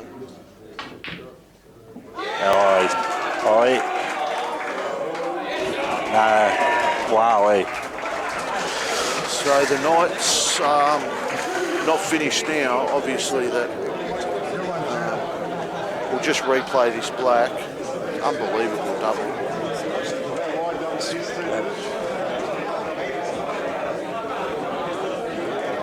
Quite a nice double there from Joel, and maybe a fraction fortunate that the white didn't continue on into the corner, but and that's what we're sort of talking about giving the mug an even chance. Is that exactly right. If you get the good snooker there and lay up behind the yellow, then he doesn't even get that chance. So probably it's one he'll look back at, Pete, and think that definitely should have been different. You know what I mean? So I think another thing too is you don't get chances like that against Joel Younger every day of the week. Yeah, and that's the thing. Because I can tell you right now that it's probably 2-1 on for him to break and go game now. Yeah. It's just got to take it when we can. But it's all right. It's back to Pete's break, I think. So we'll see. Pete has a pretty fair crack at the breaks. He doesn't mind getting them going. He's got on the soft break here. Soft break there. Yeah, that was definitely a soft break there. I don't think 4 balls hit a rail there, but I think they did. Pretty sure they did. Umpires have called that. We'll have another really get another look at it again. Let's have it. 1, 2, 3, 4. Yeah, 4 just got there. So I suppose you can say, what I thought. Yeah, 2 hit the balls. 2 hit the rail straight away, which I sort of didn't see. I was watching the other ones, and it was definitely only just 4, but he's on the soft break, which I suppose is not a bad tactic against Joel. But then again, you say to yourself, the guy, especially in a tournament, but you get to where you get by playing the way you normally play. Exactly right. And once you start changing your own game to suit, it's the opponent. To suit the opponent. It's almost sort of like saying you're better than me, and which I mean obviously probably is, but you're saying you're better than me. I've got to try and do something to stop that, and I think Pete would have been more served there if he gets up and goes out, breaks hard and gets the ball and goes out. It definitely does more damage than the soft break, because the soft break doesn't even guarantee him another shot really, but I mean he probably will get a shot. Because they can still, and that's the thing, that you can, even with that soft break, they still spread pretty well. They did spread well. If you'll notice, we might be able to later in the break, we'll go back and have a look at Joel's first break. He absolutely cracked it. Yeah. And I think a bunch of about 4 or 5 balls stayed in the middle of the table. Yeah. So I'm a big believer in just... And the fact is, he's millimetres. So different factors that go into a break. Yeah, exactly. And he's millimetres there by trying the soft break of foul breaking. Yeah, exactly. Do you know what I mean? And if he foul breaks, he probably doesn't get another shot. Exactly right. So it's a big risk to take for not necessarily that big a reward. Yeah, I think. But he's done it now, and I think, oh dear. It's very unlucky there. Very sick. Can't have one. Very unlucky there, Pete. It's still quite a bit of work to do there for is. Joel. I wouldn't be thinking this is game over. It may be, but it's definitely, it's no certainty, that's for sure. I think he's leaving himself the angle now to get a bit of an extraction here. Yeah, I think at the end of the day, he wants to put the red next to onto the right-hand side of the black into the right corner and screw into that, because he's going to push yellows over to where he's got the red over the pot. Yellow here, get into the yellow next to the black. No, he went yeah. he went that way. I didn't like that way. I just think... I didn't mind it. I would have played... If you play it that way, I'd play it skinnier. I was just about to say that. I would have played that shot, I think, but put the white at a skinnier angle, and so that the white's flying into it a little bit more, right. rather than you pushing into it. Exactly right. But not to say, we know better than Joel. Yeah, exactly. It's personal preference with that one. Like it's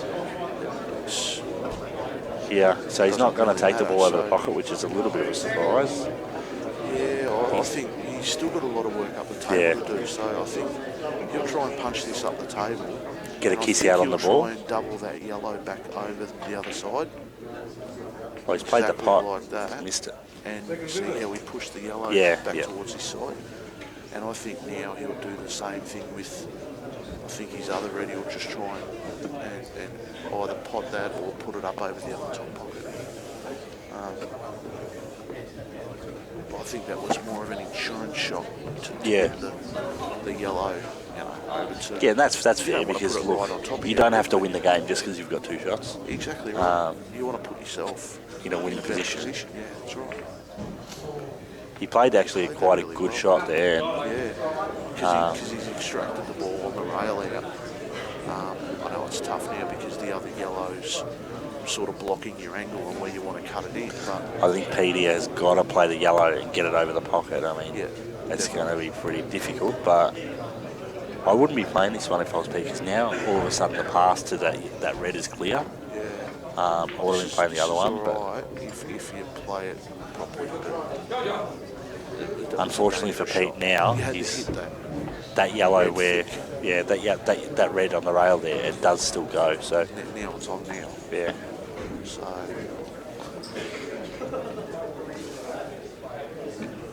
like we've said a few times, it's very easy to sit here and commentate. Oh, absolutely. Yeah. It's so easy from up here in comparison to being out in the middle.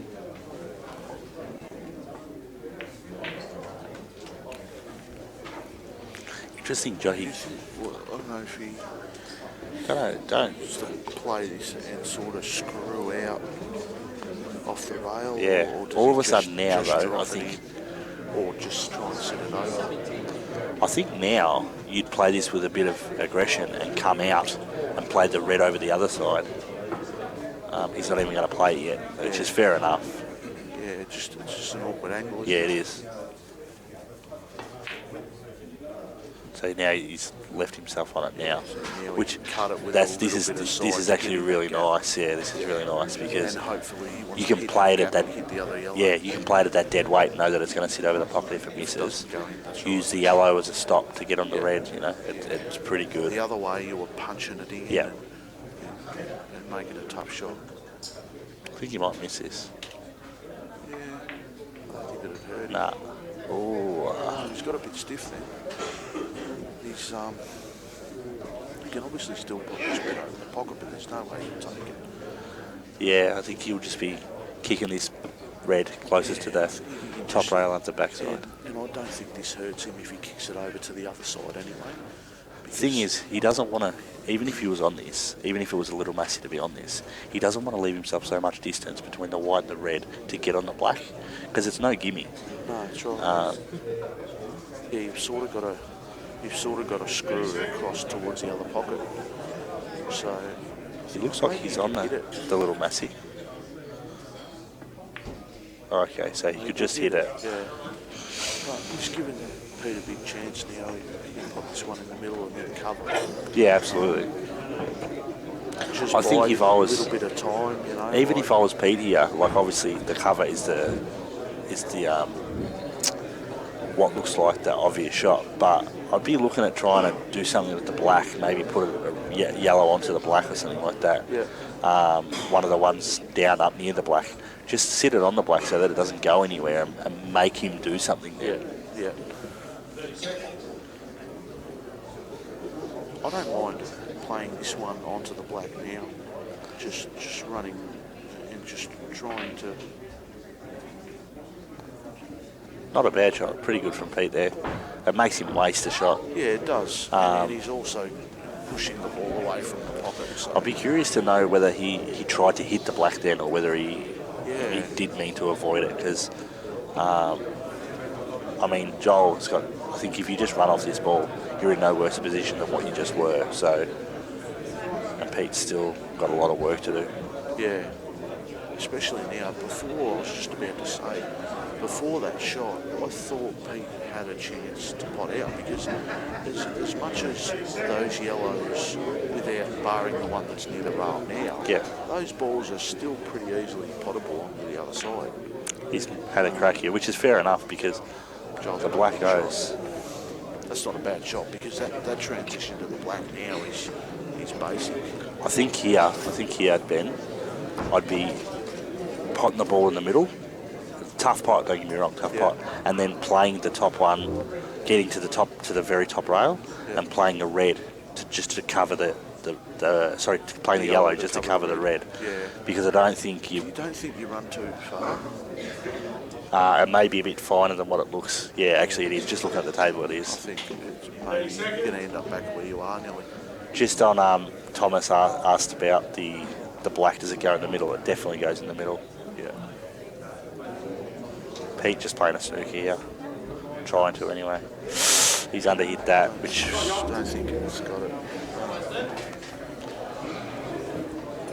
think Joel just Drop this in. Drop this in. I don't think he'll make the same mistake as what he did No, last I time. don't. He'll just drop this in and then... The thing is, it's a nice little angle just to screw off the rail as well. Yeah, exactly right. And you know, you just got to get...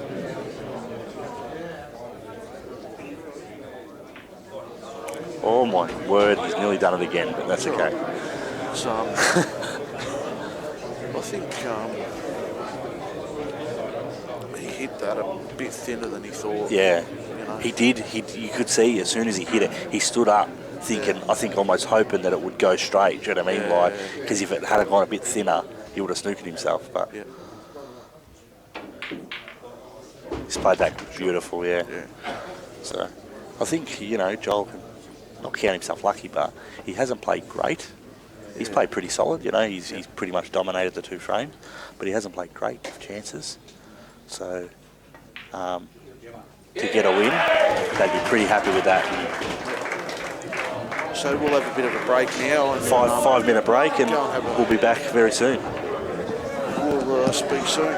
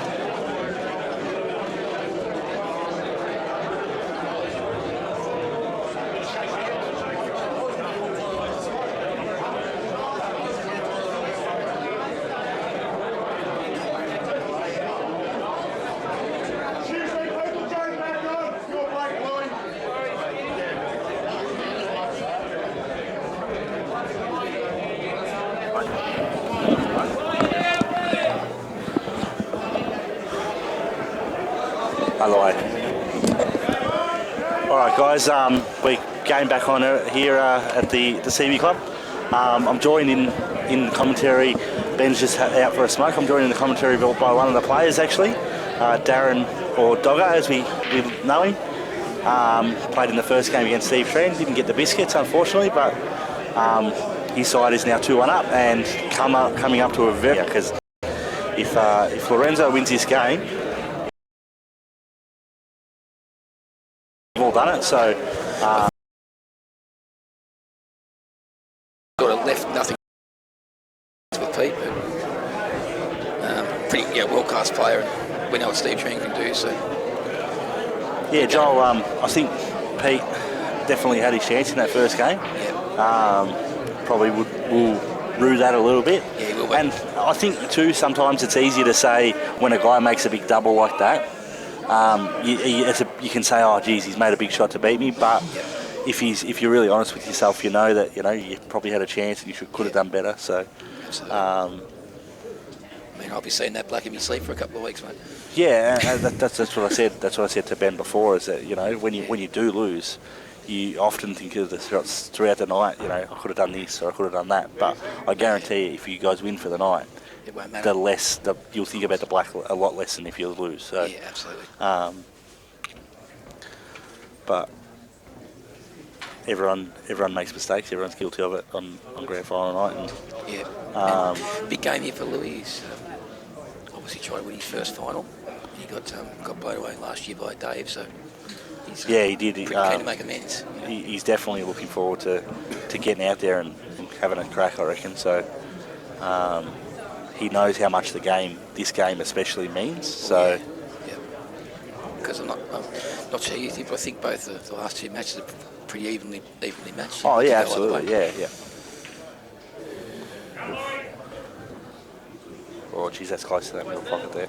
Yeah. Look, I'd if I was running the book, I'd have his starting slight favourite in both matches. Yep. But so if you win this game, definitely, it's. You've seen Ian play this year. I think it's been Ian's best year for a good 5 or 6 years. Yeah, absolutely. Plays a real good ball. So it'll be interesting to see if it does go to 2-2, how those guys play. Getting towards the business end of the night. Oh yeah. I'm a bit disappointed Chris Marr's not here tonight. The Blues went really well this year. I was looking to bring it up again. Good crowd out though. Sensational crowd. They're pretty deep outside, I think. Looks like it up at around the 150-200 mark. Yep. There's also what you can't see on the screen there is there's also quite a lot. There's a smoking area outside. Yep. It's probably got 30, 40, 50 people in it maybe. Yep, that you can see through the window. You can obviously see all the ground. Yep. Got to commend as well the venue. As far as venues goes, you pretty much don't get a better venue to play and watch finals at. Yep. As a player, you can't ask for it's good for much players, more. Spectators, everything. And as a spectator as well. So, it's a great venue. Cheap drinks, which is always good. The other thing too is we know as a player, the umpires, you rather be heard and not seen. Yes. You don't want to really. Donny's been doing it for a couple of years. You don't really want to be blaming the umpires for winning or losing a grand final. That's for sure. And Brett Cook and Donny Fratoli have both done a great job throughout the whole final series. Oh, absolutely. Couldn't agree more. So, like you say, you don't want that sort of situation to come to that. So hopefully that is the case for the rest of the finals, or the last few games anyway. So I was going to say, we come back if it's a draw next week, are we? Come back, yeah. Be interesting. Golden Point, like the rugby. I wouldn't mind that, actually. I wouldn't mind that. Golden Point, Blackpool spot out. Yeah, I don't mind something of where everyone has to get involved. Maybe all 6 players play a frame of doubles to, 3 pairs of doubles or something. Be interesting, Tony's being very patient here. Yeah, Tony, with Tony, I think anybody that hasn't seen Tony play before, he's you always know what you're going to get with Tony. He's going to probably be looking for the safety and just chasing 2 shots. He's not going to come out and probably blow you away, but he's a very, very smart player. Yep. And can pot. And can pot when he needs to. So, yep. Louis got to watch himself here that he doesn't dig himself a bit of a hole, and he's definitely, from the way he's approaching the table at the moment, he's definitely wary of that. You can tell. So I think he's been aware of that. You know, we had a chat to him, and Louis plays his best form when he plays tight, and has a go. You know, and he's played some really good pool this year. He won 12 for the season, which was more than half, which is what he won at the start of the season. You said, that's a good year.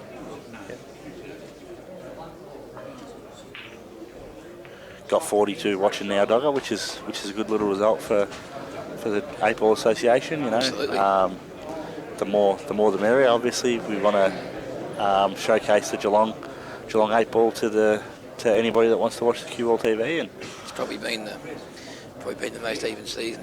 We say it every year; it's getting more even. But this year, it does. It feels like you do say it every season, any but of the 4 teams could have. But this year, definitely 100%. That any side of the 4 sides that made the finals definitely could have gone all the way. And 7 rounds, it was my team and your team that were on top, but we're always worried about what was going to happen if we lost the game. Exactly. We I think both our side and your side knew how crucial that first final was, because if we lose that game, then you're going to get a red hot game the next week, and that's what happened. And we got done in doubles. And these guys are hungry because they haven't made the grand final yet. A few near misses. And so they're pretty hungry. And they've probably strengthened their side as they've gone on too. So. Oh yeah, definitely. Guys like George Lamoya, who's playing up next, and Steve Duran have now been playing for a couple of years and used to the way the game's played in Geelong. It is a little bit different. People might scoff at that a little bit, but it is a little bit different. It's probably less aggressive than playing up in Melbourne, but. And it's a best of 3 format, which is very rare. Yep. We were talking about that before. The format we play in is quite unique. Which I like it keeping it that way. I think I'd hate to see it change. I'd like to keep it the way it is. Yeah, look, it's we play up in Melbourne under a different format, and we love that. Yep. But the fact that we do play under this format, it is unique, and it is a history of the 8-Ball Association keeping it that way. And, I can't see it changing anytime soon. Tony played a nice shot there, Pat, on the yellows. He has played a nice shot on the yellow, but it does look like there's a gap for the red. So if that's the case... He asked for touching ball. I think it is. If there's a gap for the red underneath the yellow, if that is the case, there's no hurry for Louis here. You don't have to play it straight away. No. You can leave it there. Just be patient. Yeah, touching ball's been called, obviously. Louis played a nice little safety nice there. little right there. Left Tony, basically nothing there. How's Benny Tolnai handling the commentary box, Pat? Ben's actually pretty much a seasoned professional these days, Dogger. We've done a bit of commentary up in Melbourne together, and great shot. Tony's played a brilliant shot there. Yeah, absolutely. I'm not sure whether it's actually no huge good for anything, but it was a great, lovely looking shot. But Ben, he's lashed out of that a little bit. Oh, that's a great result. Wow. I think now Louis is looking to... quickly that the Frankie Lawless double there in that it was unbelievable, wasn't it? And with the commentators putting the cursor in. Funnily enough, Dogger, is that you played with Frank for a lot of years, so it's probably something that you weren't overly surprised to see. We were debating actually whether he was going for it or not. That was probably close to 10 years, and I never knew if he was going to turn up at pool. Be interesting, like you said. He says that he was, and if he wasn't, he missed. Yeah, I would have played the on the right side of the train. But I suppose there's no real hurry to do this either. But I think you want to do it while Tony's still got yellows on the table. You know yourself, sometimes you can be too patient, can't you? That's it, yeah. What's he doing? He's going to get the black out here, I reckon. Oh, Jesus, Tony. That is an average shot. Well, I honestly have got no idea what he was trying to do there. No, I'm not sure what he was doing there, but... He's left the door open for Louis here, big time. What would you be doing here, Pat? You punch this red up the top? I think I'd be I wouldn't even play for the pot here. I'd just get it out towards the middle pocket. Yep. And then just cover the black. Yes, absolutely. I think if you have a go at the pot, you can leave it halfway up the rail. Yeah. Whereas It's sort of in between there now. I don't think the first one you can plot the cover with the second one. Absolutely. Do Yeah. you know what I mean? If you oh, it's not great either, but it's not the need to get the cover Yeah, here. if you happen not to hit the rail, make sure it gets behind that bloke. It's a bit tricky, isn't it?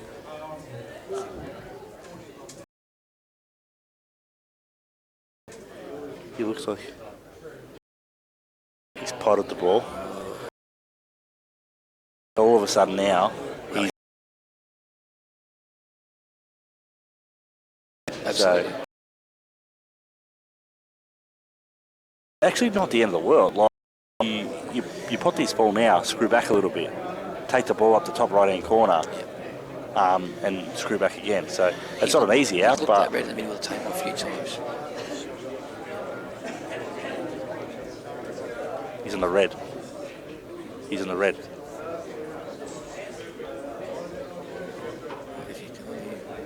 They call 30 seconds. Oh, here we go. Interesting here what he's doing. He doesn't look like he's having a go.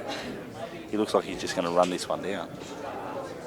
Is he cutting it? He's running it across, cutting it across. Oh no, he's playing the double. Jeez, he doesn't want that in. Oh, Ooh, that's nasty. That's nasty. it's just making things harder, isn't it? It is. Here, I think you don't take into account the red. I think you're just playing the red half ball and the white ball up to where it is now. Absolutely, Yeah, absolutely. Even if you can see more of the red pad, I think it's still the right shot to play, isn't it? Keep Tony under pressure.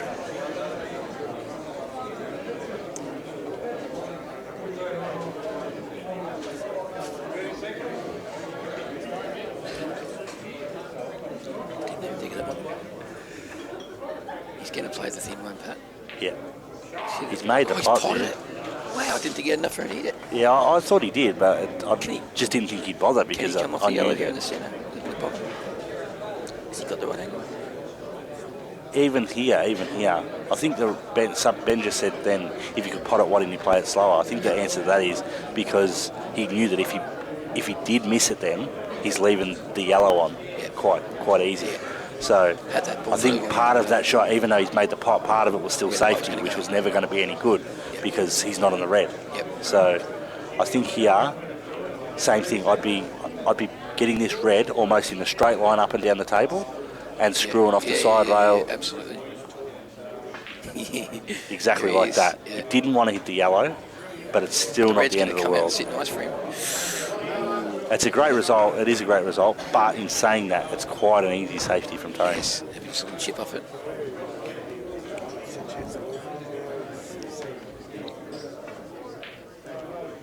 Oh, he's left him on it. And not only that, he's put the yellow down the rail. And I don't think here, if I'm Louis, I am having a full-blooded attempt at this. No. You want it over the pocket or out in the middle of the table at the very least. Yeah. I'd like to see him chip it back out to the middle and, again, just leave the white in that bottom corner. Yeah. There's nothing wrong with that. I think you might find if he did that, Tony would run off half ball. Be over the pocket in the right spot, and Tony was going to be in big strife. Yeah, so he's playing the right shot, whether it dropped in or not. Yeah. just get a replay of this There you triple, go. and Dan's all over it. The replay's on. we're probably. What do you reckon? Was he playing the double or the triple? Pat? I definitely think he was trying to play the double. Yep. But in saying that, Let's have a look how he cues this white to see where he's putting that white ball back. He did pretty well. yeah, maybe he was playing the triple. Not sure because there's no train on there. Like he left it probably exactly where he wanted to. So it puts your long pool cover under pressure. All right, Pat. It's been a pleasure. Thanks, Doc. Thank you very much. Good luck for the rest of the night. Ben Hood's been itching to get on the Go commentary to since he the got Western here. Black song and hand you on to the two brothers in crime. So Ben Hood is going to take over. Good night. Thanks, Doc, for the input to the commentary. I'm joined now by my brother, Benjamin. Special comments for the night? Special comments for the night. He's been, like I said, he has been itching to get on since he got here. So he gets his wish, and... Only because I couldn't get my brother off. Well, I am on the committee bench, so I am in charge. So Did he talk again? That means because I'm in charge.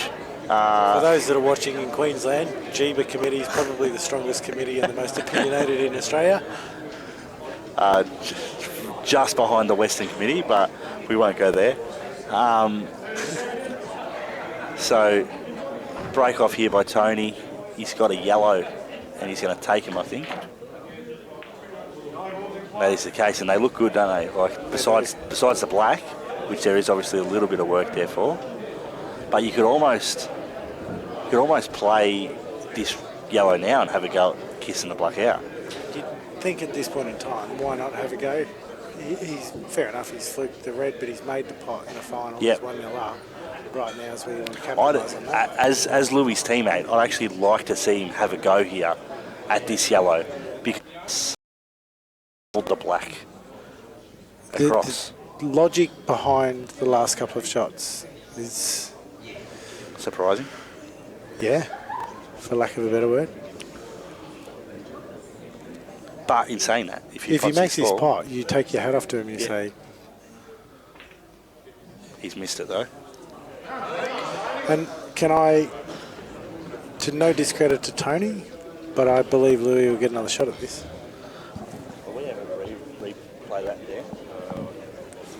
It's a shame. I'd really like to see the angle he had with the foul snooker, whether he could have potted that red in the middle and come down to the top rail and then to play the double back. Oh, if he had that angle, I'm stunned he didn't play it, but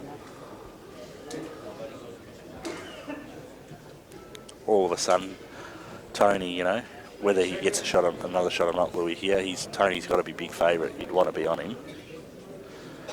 Do you want $5? I'm saying not to get another. I'm saying to win the frame, not to get another shot. Yeah, I'm in agreement. It's $5. All right, done. We're on. This could be the first bet ever made on Q-Ball TV. I'm not too sure, but.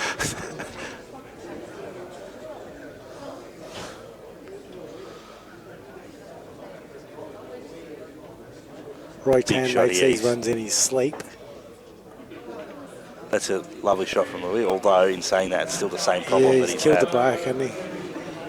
Do you think we'll see falls Tony... back on what you said before, where if you're going to have a go, like there's no point, if you know you're going to hit the ball on that side, Yep. you're just kicking the black over to that right, why would you do it? You got to hit it hard. Yeah, exactly. Have a go, open it up and although put some in pressure. saying that, this one was a little bit different because he was queued up over the ball. Do you think you'll have a go with you, Tony, or do you think you'll... But you can't win games by sitting on defence. True. Not good games against good players or grand finals. No, he's going to play the snooker. It's fair enough. I think you would have seen a lot of players have a go there, but... Oh, it's good to see that he didn't have a go. I still have doubts. As to what Louis does here, whether I'd be half tempted to kill his ball on the rail, running back out over onto what we would see on the TV as the right-hand rail, and say, there you go, what are you going to do? What about just leaving the white hard up against the red that he's closest to, making him waste a shot and making him say... But then what does he do? All he does is just takes the other end of the table, moves his dead ball on his second shot, and Louis got to make a double. I think it's better than that, though. Fuck just happened then?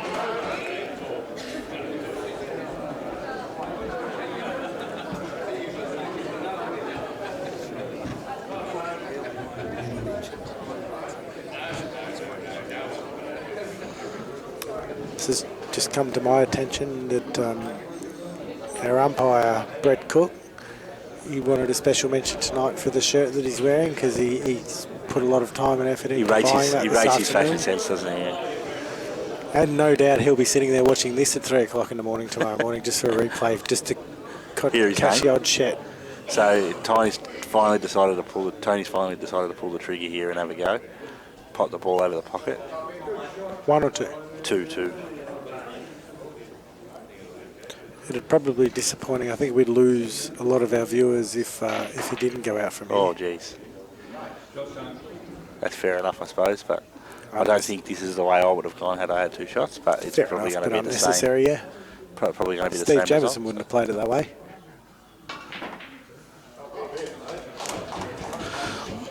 Okay, so we go to 1-1. this goes to 1-1, yeah. Providing this one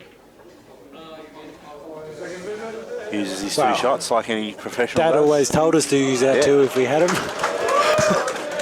While we have the break in the frames, I suppose it does.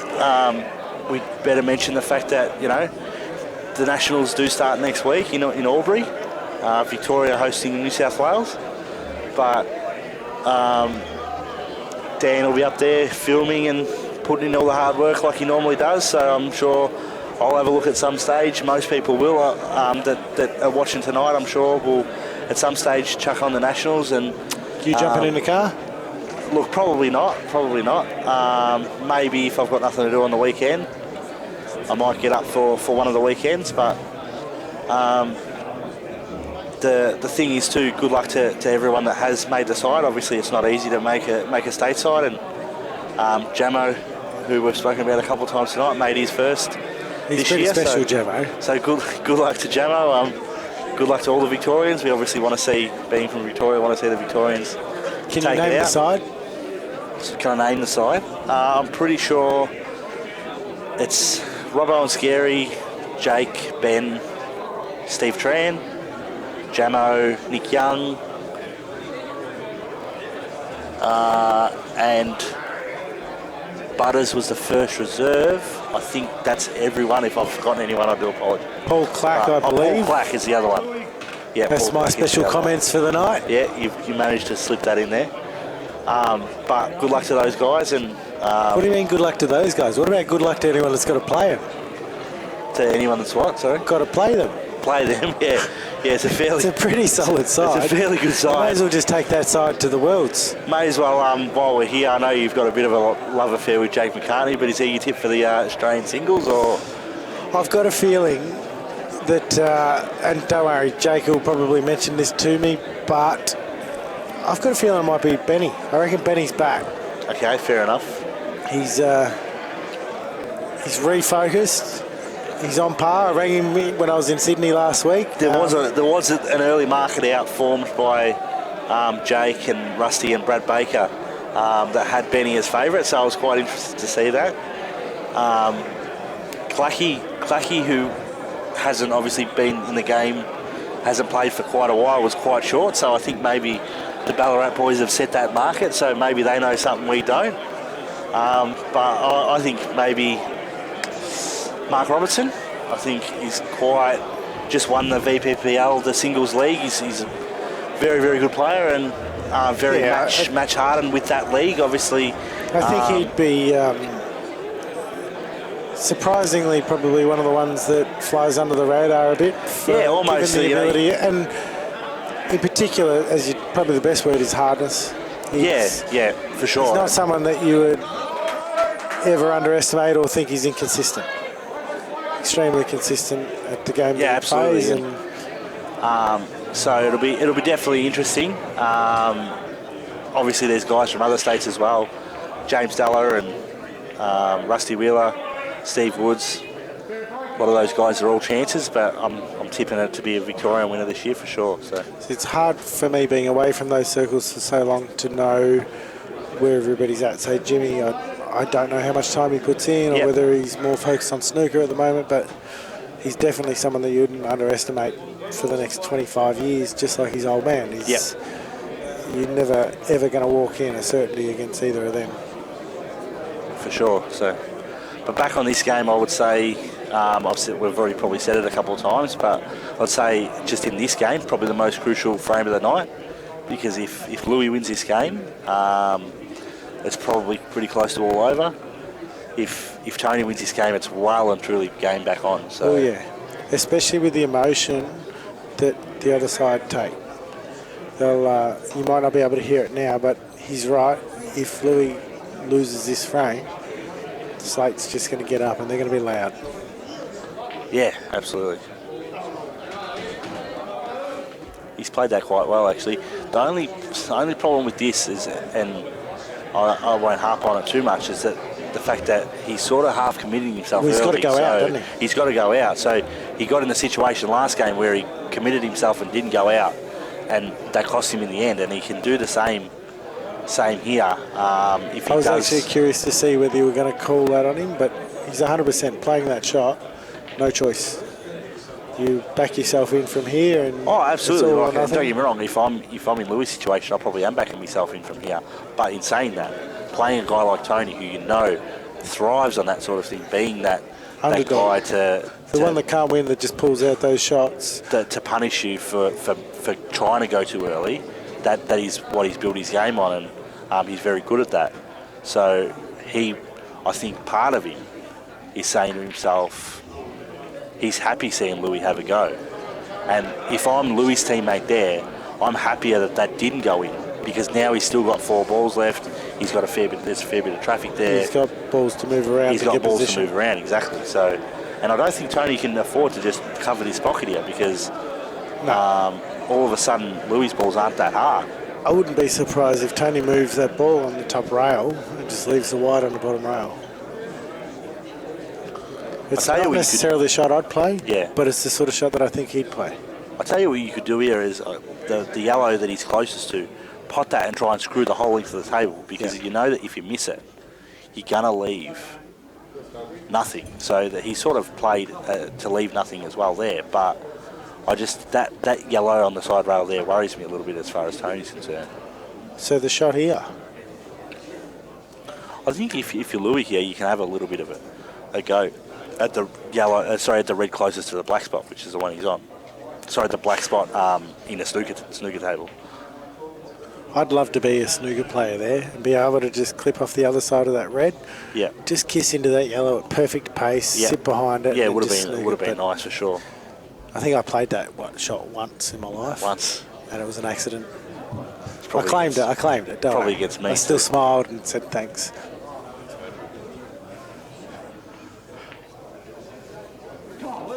Ouch. Oh, big Now, chance for Louis here, big chance. And So what happened before? I'm $5 down, yeah? you're 5 down, yeah. I say Louis does not go out from here. Yeah, I don't think he will either, so nice try though. All right, I'll go you double up, and then he does. He's getting desperate. He's getting desperate to win his $5 back. Yeah, right, we're on. All right, come on, Louis. Don't overthink it, mate. Don't overthink it. Just back yourself Interesting, in. what do you do here as the next shot? So obviously I think the first shot you have to play the one closest to the yellow. Yeah. What do you do as your next shot? Well, I it's don't hard think to he's see playing from it. the angle, because if I he's think got he's playing the any one angle, closest to black. He is playing the one closest shit, there to goes black. $5. He might make this. If he makes I this, hope he massive does. chance of Come going on, out. Louis. But You still a can do this, surprising mate. shot. Kid, It's missed by a fair way. don't worry, I'll be hitting him up for that 5 later.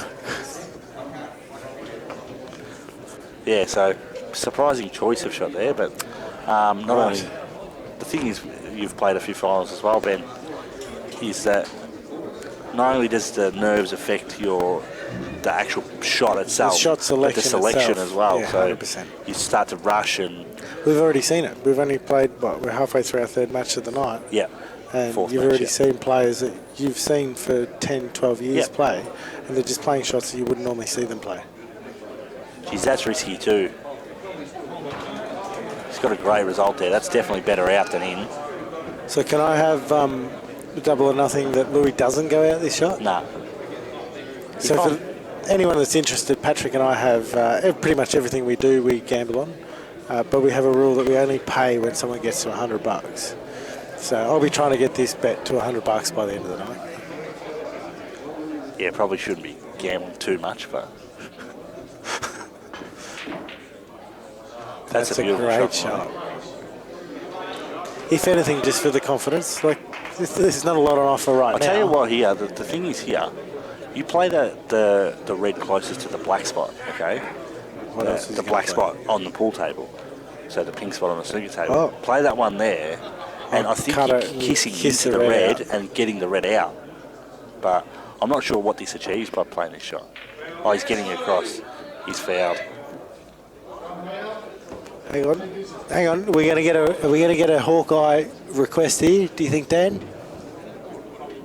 I they've believe it called was a foul. foul for touching the yellow, but... Isn't there 2 video reviews per match? DRS.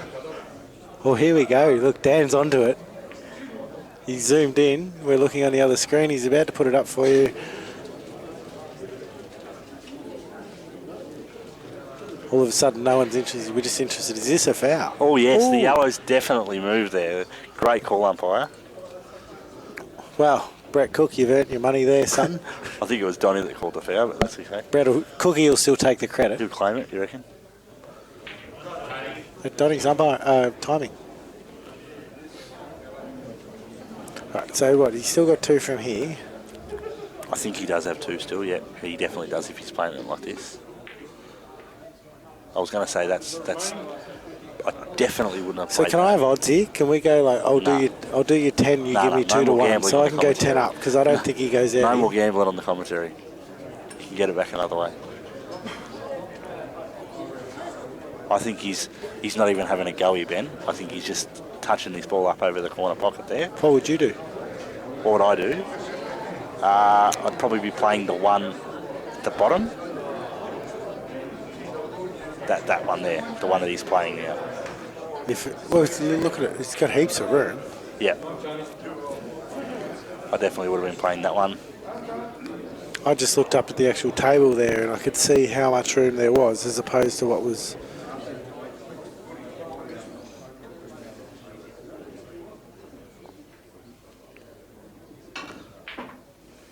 Oh, I tell you what, that's an average shot too. I back him from here though. Yeah, that's fair. He pulls these ones off that you just play that shot that would sometimes get in a player's head and they'll be thinking, oh shit, what have I just done? But Toto, this is his... Shit. Yeah, I think you make this.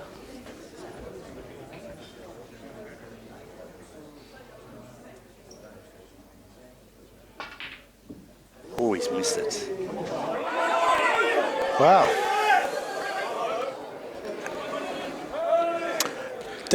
What do you do looking here, at the Ben? table, that cannon's on. What do you do here? It's definitely, you can definitely make it on. Do you just play it soft, and I think the white's going to drift over that to the You and I, this is classic because you and I'll have a go. Grand final. This is it. This is your moment. Yeah. If you're going to do it, you've got to step up to the plate. Whereas I believe you could actually pull the shot off from a safe point of view. You'd almost play the cannon softly, hide behind a yellow, cover the pocket. Nah, because it's not on that way. I think you have to, if you play it. Pretty good shot because the black's not on and.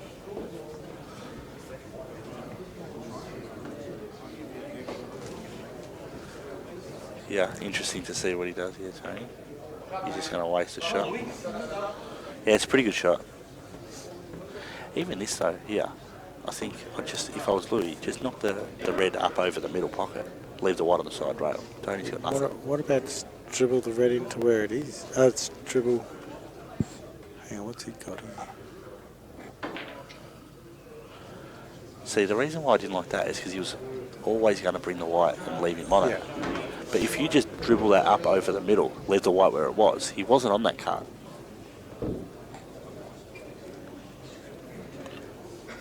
$10? Nah, not today. Which way do you want it? I don't want it. Oh my God. Wowee. Crucial frame of the night here. Snooker under. Yeah, absolutely. There's no other shot, is there? Doesn't matter whether it's... The thing is, if the red was out, then fair enough, you could justify playing the red. But if you pot this, you're not on the red, so you have to play the snooker here. Oh, even for me, loving the hero shot, even on every day of the week, you just have to play the snooker here. It's just a no-brainer. Yeah. It's a shot.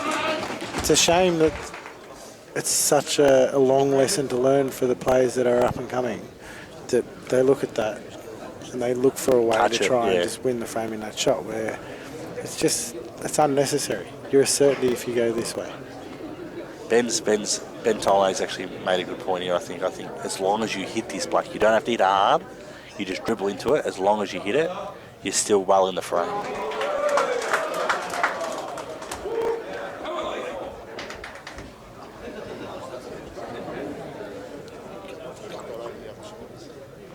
He can, but it's a big shot to have to make to win the game, isn't it? Interesting to see what he does here. What about playing with top and running 1, 2 and up there? Oh, you can cut it the other way. For the big I didn't realise you could cut it the other way. Back to the middle. Cut it the other way and play the safety. Kiss off the red in off. It's quite a good shot. Tony really has to get this pretty spot on. In saying that, though, well, does he? Does more about the pace this shot? In saying that, though, it is more definitely about the pace, because if you leave the white on that side rail, he's just if he gets he'll the probably pace, knock this in if after he gets the missing pace the last right, two. the pressure that he puts Louis under. Oh my Oh God! wow! What? Wow! Wow, that is probably going to go down as the most interesting shot of the night. Very surprising, that's for sure. Yeah, I think it's not a hard shot, is it? You just have to play it controlled. It's a nice stun into the red. Grant Meatley's just asked who the commentators are. Patrick Hood, who's done not much, and Ben Hood, who's probably done even less. Excuse me. The good one, that's Ben. Wow, he's definitely screwed too far on that one. Do you cut this over the pocket and leave the white up the top? Oh, you have a go at it, Patrick. Nah, I don't think so. Of course you do. What do we got? 1, 2, 3, 4, maybe 5 rails. I think you're playing this fine. You're cutting it to the... Cut it in. All you've got to do is not going off in down the bottom.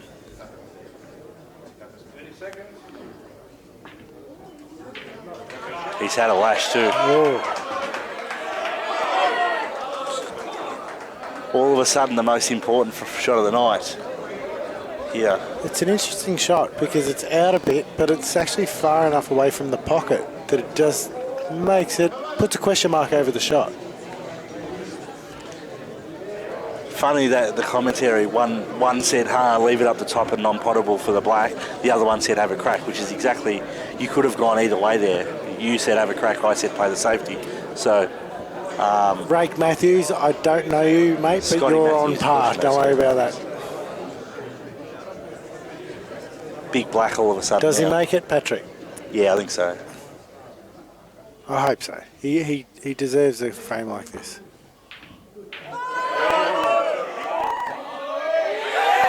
Wow, hey. It's dead set. Rattled in. He does, for the amount of time that he puts in, the amount of work that he puts into his game, Louis does deserve a result like that. Yeah, absolutely. It's a shame that he doesn't get that more often, but as we know, we beat ourselves as players quite often. Good on him, and it does put a different spin on the night from here on out. Yeah, absolutely. But it's bull. Stranger things have happened. Shit, they've happened to me. Cheers to the chef every who's just time I delivered play. some food for us. Well, 3-1 to the I Western might Black. sneak outside and socialise for a little bit, as long as on the condition, I'm going to hand you back over to Benny Tolnay, on the condition that he's going to hand the microphone back later on, just because, when I'm 60, I want to prove that I was on the internet at one stage. I'll put you back on.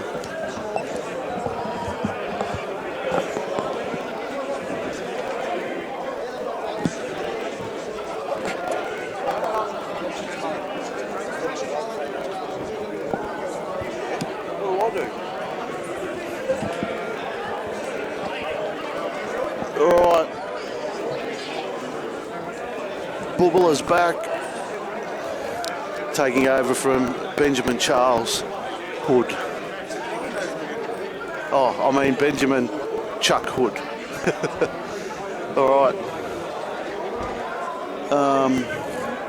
Hello, Patrick. 3-1 now, the lead to Western.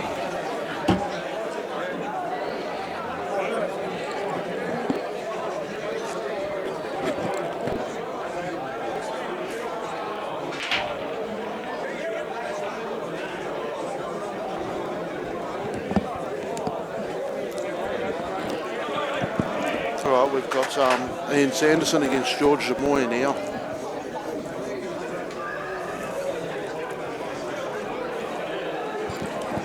I think this is a 50-50 battle, just in probably the closest game in context as players. Like Ian's got a lot of experience, been around in Geelong for about 80 odd years. If I had to have a bet in this game, I'd back Ian, purely just because I don't know George that well. Like, I've known him for a couple of years, but I don't know him that well, and I don't know how much he's experienced this sort of pressure before. Yeah, that's right. I know Ian's a proven finals player, and sort of what we were talking about before with who played the second game? Oh, Frank Lawless. He's not about to come out there and blow you away, but he's going to be solid as a rock. Yeah. And he's used to playing in this sort of pressure. Yeah. So just saying, you're right. George Zamoy, from what I've seen, I'm the same as Patrick. You know, I've seen George play plenty of games and played against George for a couple of years now, and he is a very confident, free-flowing. Absolutely. And sometimes that kind of pull doesn't translate in finals. Oh, absolutely, absolutely, yeah. Joel was a perfect example in his match. It's not a pot-out fest in finals, you know, like. Well, I tell you, unless you're talking that's just nationals and stuff like that, but we'll see how they go. Ian's played a not bad shot. I think he would have liked it a little bit closer to the pocket, but DK's in the house. Davey Krasick coming up for a look at the commentary. And George, same thing.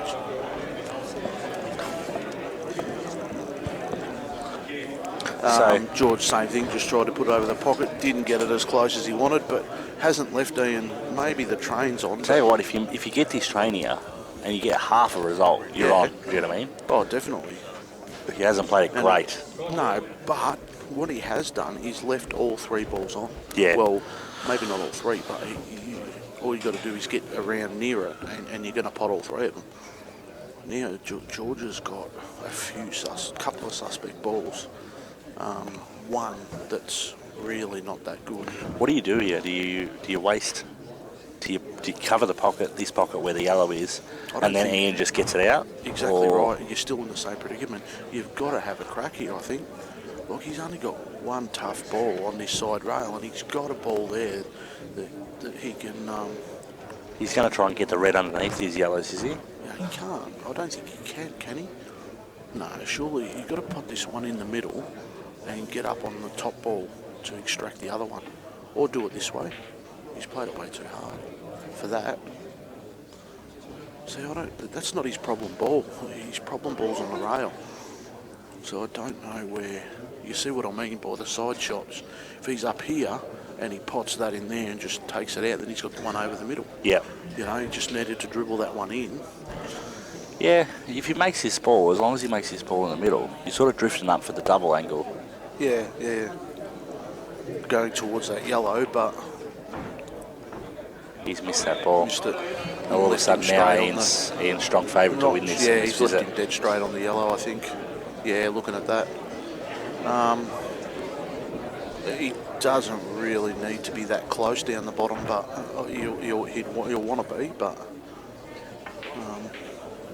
I think that's close enough. You just got to pot the one on next to the side rail first and sort of screw it up and out. And the black goes in the middle, I think. Do you think you play the one closest to the right-hand cushion first? Yeah, I think you have to play that one first and sort of screw Just screw out a little bit, just a foot even. Perfect. Yeah, that's a great shot.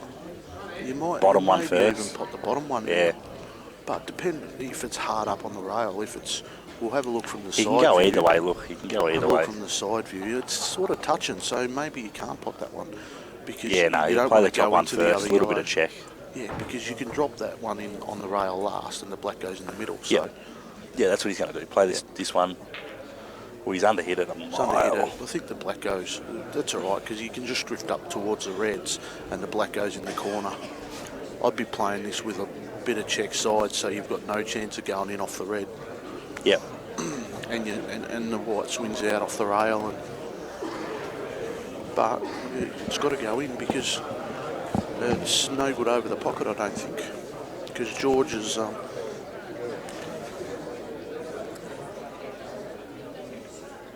He's missed that. That's purely due to the poor shot the shot before. Exactly right. He should have been straight on that. Yeah. Well, maybe not straight on it, but at least further across the table so that that's right. You've got that angle, the right That's angle. where that little bit of check side on the ball before that would have straightened it. Yes, definitely. And that's a pretty Plays the simple snooker plot. here now. Yeah. I don't know, this is all right, but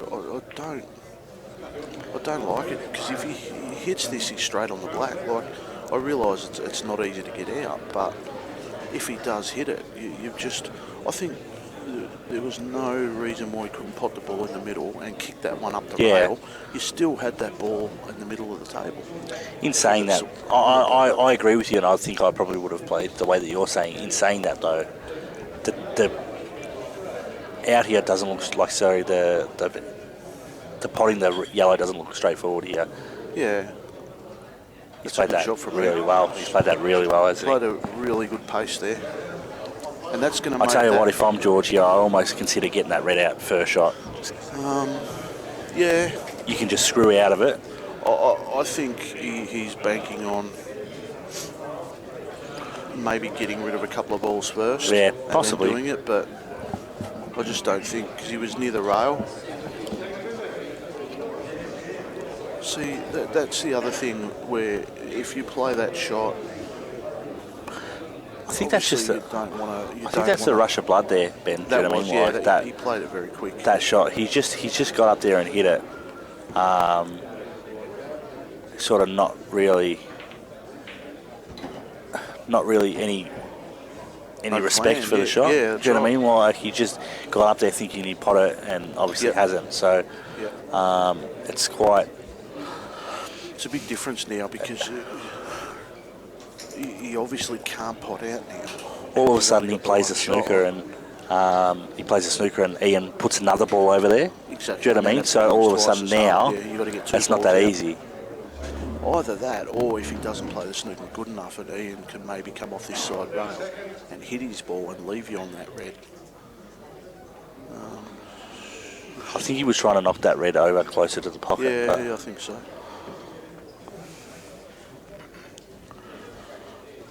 So George will obviously play the little snooker here. Yeah. And I think Ian might maybe just run that ball halfway up the rail. Yeah. Even just cut the black over to the side rail. Yeah. I think it's better doing it with the red because in the future you're going to be on the black. The only thing is though, maybe a red goes underneath the yellow if you put it over there. Yeah. Do you know what I mean? Whereas the black, you can't play it underneath the yellow. Yeah, fair enough. I think I'd just be cutting that ball up the rail a bit. I'd, just make it so this it's one not a here. gimme. Yeah, that's fair. See, that's fair enough, but I don't like that because he can come and get that ball out now. Yeah. And what he can do is just up the backside of it, half ball. Yeah, and that red is not He's far not away from to that pocket. He's not going to do it, but so there's still a little bit in this game because it's that. So I think he played a good shot when he played it because it was. I think if I'm George here, I drop the red in next to the black and then just put that red right over the corner pocket. Yeah, exactly right.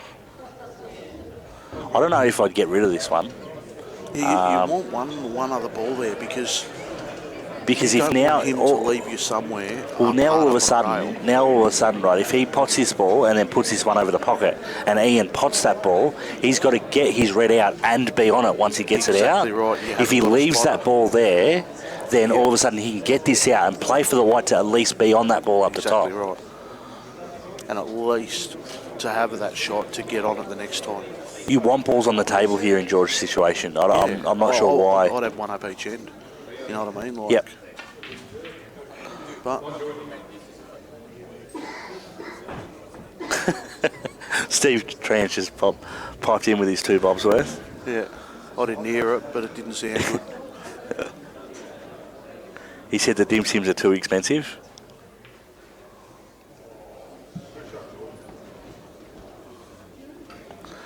That's all right, but now Ian can just double this ball.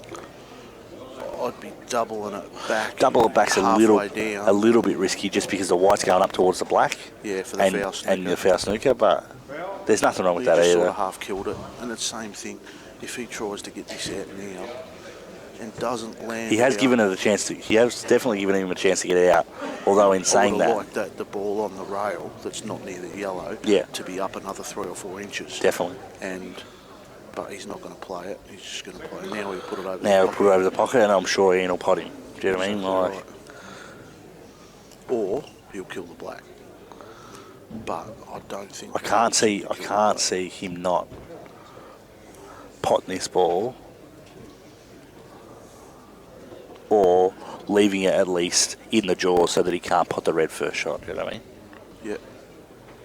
Either way, he's just going to do it again if he does that. Yeah. So. He's gonna though. That's what he's doing. Leave it in the jaws. See, if he can get this out from up to us here, that's a horrible shot because now George has got a ball over the pocket, which obviously he can't. It's too close. Yeah. See, now George has got the thing that now his ball's too close. If he accidentally pots this, he's in a world of hurt. And it looks like it's a tricky angle, like he has to either feather it because this will go close to going in.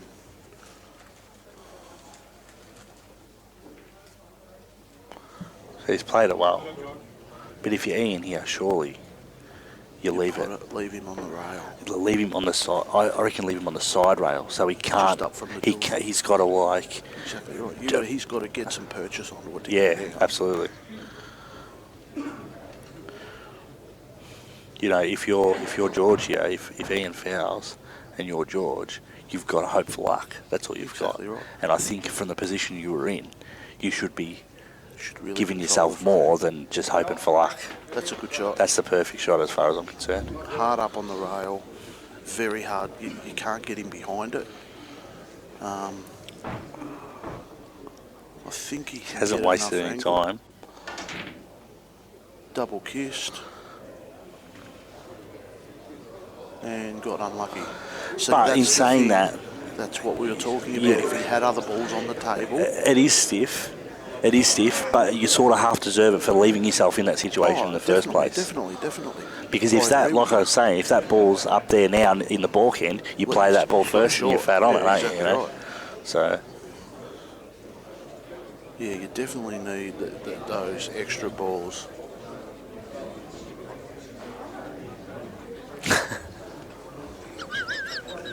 Steve Tran got some beautiful commentary over there for his own teammate. So this is a tough shot. You've got to try and Mick's just piped in with the same thing. Most people, including us, said is that is why you leave your balls on the table. You have to leave your balls on the table before you get that ball that ball out. You can't afford to leave it to last because you're relying on luck too much. Yeah, you need a result. And don't get me wrong, he was only a few inches away from getting a result, but he was, exactly. That's not the point. If he gets that result there, he's pretty lucky. He's just got to hit this thin and maybe a little bit of side, and he's going to come out. Looks pretty well perfect. Yeah, that's a great shot. Pretty much dead straight into the middle pocket. A little bit of angle, nothing to trouble him. He's only a couple inches away, and it's straight in. Oh well, Western Black one frame on the hill, 1 frame away from the win here. But I've seen things happen at these stages that, like I was saying, those moments in grand final. Oh, absolutely, yeah. I remember a really crucial one. We were, it wasn't a grand final, it was a prelim. We played what is the pool club now, so Peter O'Keefe and John McCarter and that sort of thing. We played them in the prelim final. Yep. We were 3-0 down and 1-0 down. Poor. We got it back to doubles, won the next week in the grand final. Yeah. So from being 1 frame away from being not even making the grand final, all of a sudden found ourselves. So by no means is... The pool club, they're no way out of it. No, not at all, not at all. It only takes one little thing and it can all turn on its head. It's definitely been a good night. I tend to think Ian will win this frame though, and it'll be game over. So I hope, sort of for the commentary's sake and for the stream's sake, that it does go on a little bit longer. But it didn't go in. I thought the red was going in the corner. So he really hasn't. To be honest, this looks like Ian's type of game. Oh, absolutely, balls, there's dead balls everywhere. And like I say, no disrespect to George Moy, I haven't seen enough of him in a tactical frame of mind so I don't know. So he's taken on a pretty big cut. Wasn't far away, but difficult I think now you can afford to take the ball over the pocket because the yellows aren't really on in that corner, so you're not blocking anything really. You're better off being on the balls you want to be on. It's not like it's at the business end of the table and it's covering anything. It's the opposite end of the table where coverage of a pocket up there, sometimes it leads, but you just want to be on the red, so. And then you just play the train down the rail. If you can get the second one, maybe. If not, play the first one. And see where it goes from there. What about taking the other red to the corner and smashing into the pack, Patrick? Look, I think he's about 1,000,000 to 1 to play, Ben. Knowing Ian pretty well. He was always... It was worth having a look. Yeah, fair. That's fair. Look, maybe I might have played it or you might have played it. Yeah, but maybe probably not in the grand final. No. Probably not. Maybe on a Thursday night. Yeah. In the second round. No, it's been a pretty good night. It's got a pretty good crowd in here tonight. There's probably 80 or 100 people here, you'd think. Yeah, I would have thought even more just because of the amount outside. I would have think outside, probably looking into 120, 140, maybe even 150. So which is about average now for a grand final. Yeah. They've been pretty good over the years. I haven't played in one for quite a few years, but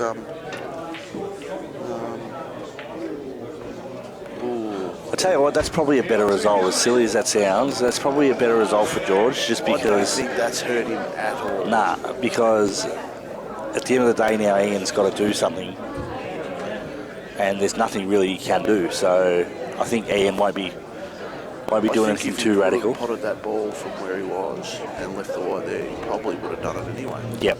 You know what I mean? So it hasn't hurt him, and he's got his 2 balls that were dead. Yep. Got him out, at least in the open. And then we'll just put this over. I don't know if he tried. I think he might have. But see, here's where you've got to be a little bit cautious. You can't start potting too many balls because you're going to be at a disadvantage, obviously. Yeah, absolutely. So you just run this bottom one down in over the pocket, and that's gone in. I don't think he wanted to pot that at all. No, I don't think he really wanted to pot the last 2, but I mean, that one in the middle's really covering the yellow well. That's very hard to get out of. I think he'll try and double this up and back. I think that's what he should try and do. Yeah, he may do that. That's quite a good shot, actually. No, he's had a bit of a dip, which is not really too bad in his situation because the yellows aren't great. But I tell you what, if I'm George here, it looks like you've nearly got perfect angle to play this ball and go into those others, which is he hasn't even thought about it. That's what he's playing. Oh, no. Did have a look at it for a long time.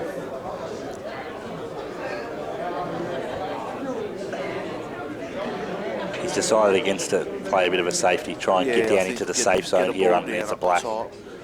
Underneath the black, yep. He's come up short a little, but it's not the end of the world. Ian's got a red that is dug in there like an Alabama tick, as Marcus Harrison would say.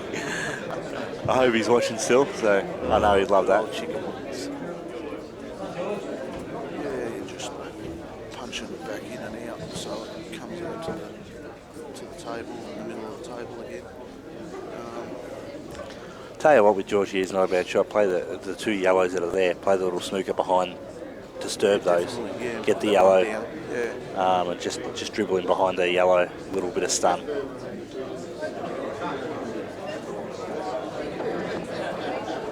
And that's what he looks like he's playing.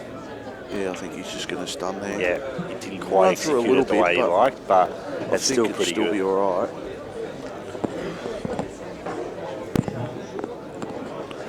So,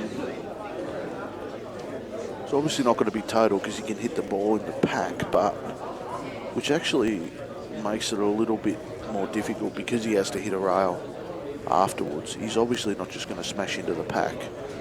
Well, maybe he is. He has got that dead ball there. He's fouled there. Fouled in his cue. It's not... I tell you what, it's pretty good if you're George here because it looks like you're on the bottom one, which goes in the corner. Which just you break your balls up, splits those 3 or 4 balls up nicely. All of a sudden, you're back on, you know? Yeah.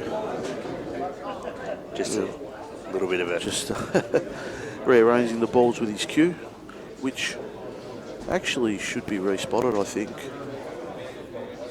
Should that be respotted, Patrick? No, because it wasn't deliberate. Okay, yeah, no, fair enough. Oh, he's had a red hot crack too. So we had the only reason why that was a good shot, but I don't like that ball up the top. Yeah, It's hard up on the rail. It's his balls are really nice now, but you wanted to knock that first ball. Yeah, in. absolutely. You do want to have 2 shots on those, that top ball. You know, just as a guide, like, so obviously you're a lot more confident when you've got 2 shots. You're more likely to pot it. Yeah, absolutely. But because what he has done now, he's opened up the table for it's the actually Reds as well. Not too bad now, that shot. Well, I think Ian will just run this red down the bottom, which is a pretty good shot because if he can cover this bottom pocket, what it does is it opens up the middle pocket for the red to then go in, which is I think the only pocket now it can go. We were talking before about the fact that the Nationals is not too far away. Ben starts next week. Me and my brother were having a bit of a chat about it. Gave our tips for the singles. Can I get one from you as well? We may as well have it on. Look, I think it's there's any one of about 12 or 15 blokes that are real good chances to win it. Obviously, you know, recent form in the last couple of years, your Rusty Wheelers and your Jake McCartneys and Ben Noonans and that are Mark Robinsons and that have got to be right up there. But he's just got so much quality from, you know, from SA, WA, you know, even Northern Territory and ACT, Queensland. There's just so much quality there. There's any one of 25 blokes that can win it and wouldn't surprise you. Yep.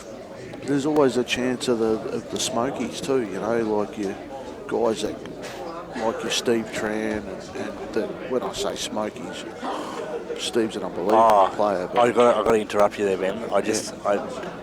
Ben told me before and asked me to name the Victorian side. Yeah. And I named everyone, and I forgot one bloke, and I can't believe I forgot him. I'm shattered. No. It's Nick Howie. How could you forget that maniac? How honestly could you forget Nick Howie? I think this might be nearly all over, mate.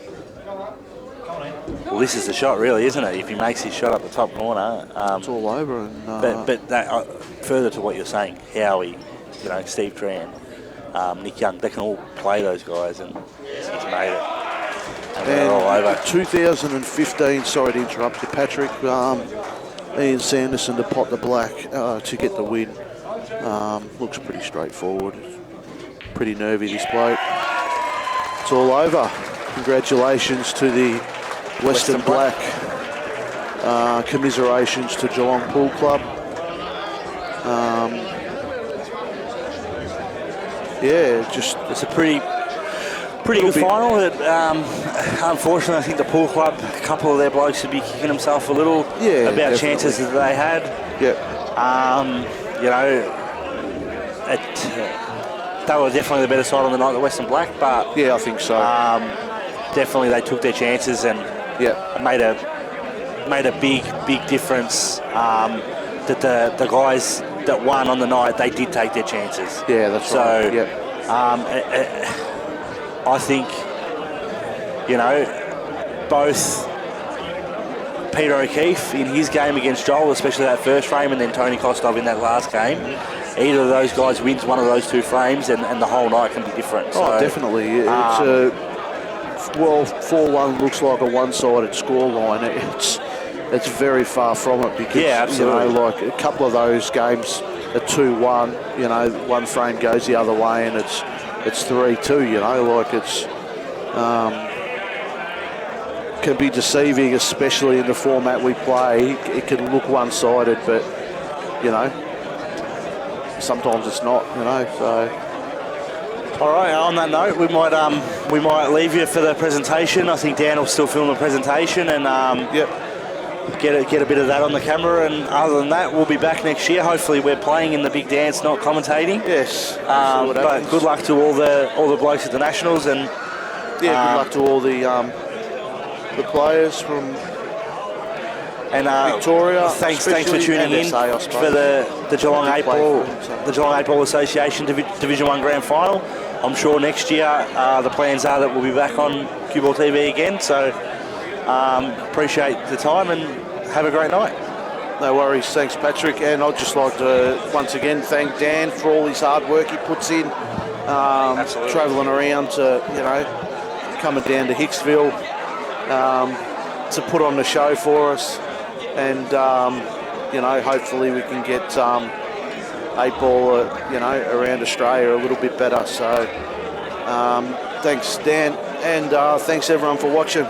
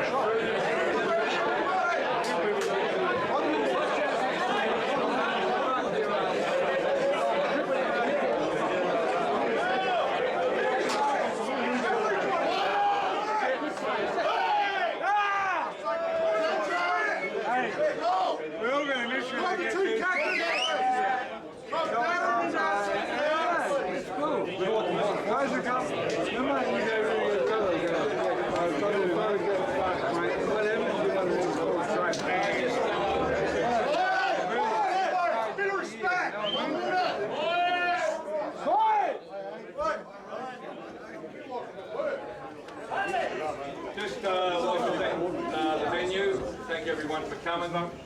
It's been a good venue and it's been everyone's been well behaved, which was good.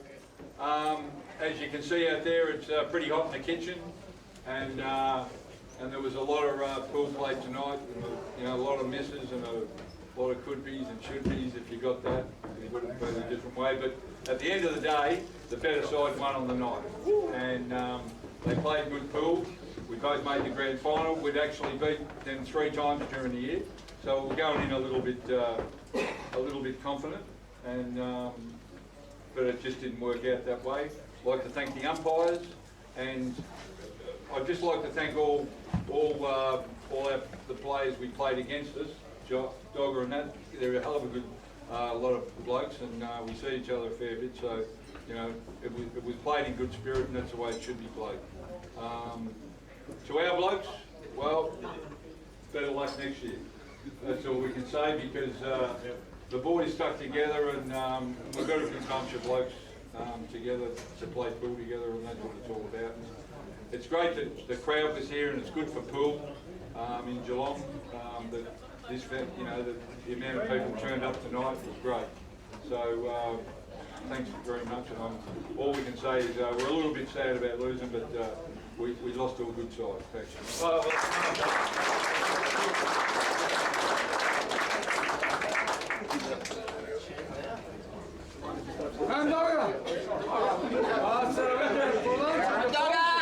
First of all, I'd just like to thank the umpires, Donnie and Cookie. Yeah, great job for the whole finals here. I think everyone agreed. The venue, and a special thanks to Dan from GEBA TV. I think they had 50-something watches during the night, so it's good to get the game going out there for sure. Donnie, to your team, fantastic to debate the grand final. You know, in the first place. I know you've been pretty close a few times, and we didn't want to play you in the prelim, that's for sure. So we're pretty happy to see what he's get going. To the sponsors as well, Oswide trophies. I think someone's got something to do with that here. Not sure who. And our sponsors, Slate and Crooks Transport.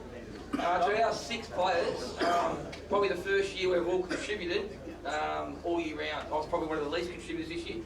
But Louis had a great season, Adam had his best season, and the old grey fox, wherever he is, he was on fire. There he is. Silver fox. Silver fox. A special thanks to Anthony and the whole Western Pool Club. Everyone was saying we won the quaddies tonight. That was the 4th leg. We won Division 4, Division 3, Division 2, and now Division 1. And I know Ray Bird can be quite proud of where it's got to and where it's going. You know, players want to keep coming and going, and it's fantastic. And a special thank you for just for me, for a man that's helped me along the way. I think in the first year I won it, he wasn't here. Colin Hood and Ian Sanderson have been a great help, but the reason I got Division 1 is a man named Linda Jolly, who helped me out a long time. So it'd be nice if we got to play one together. Unfortunately we did.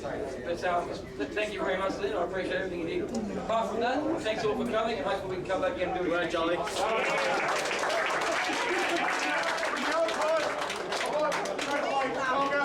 And his team, that's a great effort for the grand final. Bad luck, Johnny. First time GPCB in the finals, the grand final. I'd like to thank the bar staff.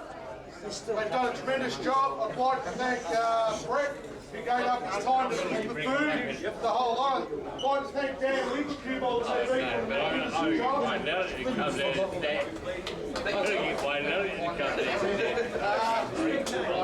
to thank Donnie for helping out. I'd like to thank the spectators. I'd like to thank the spectators who ate my supper. I know, a bit tight, but that's all right.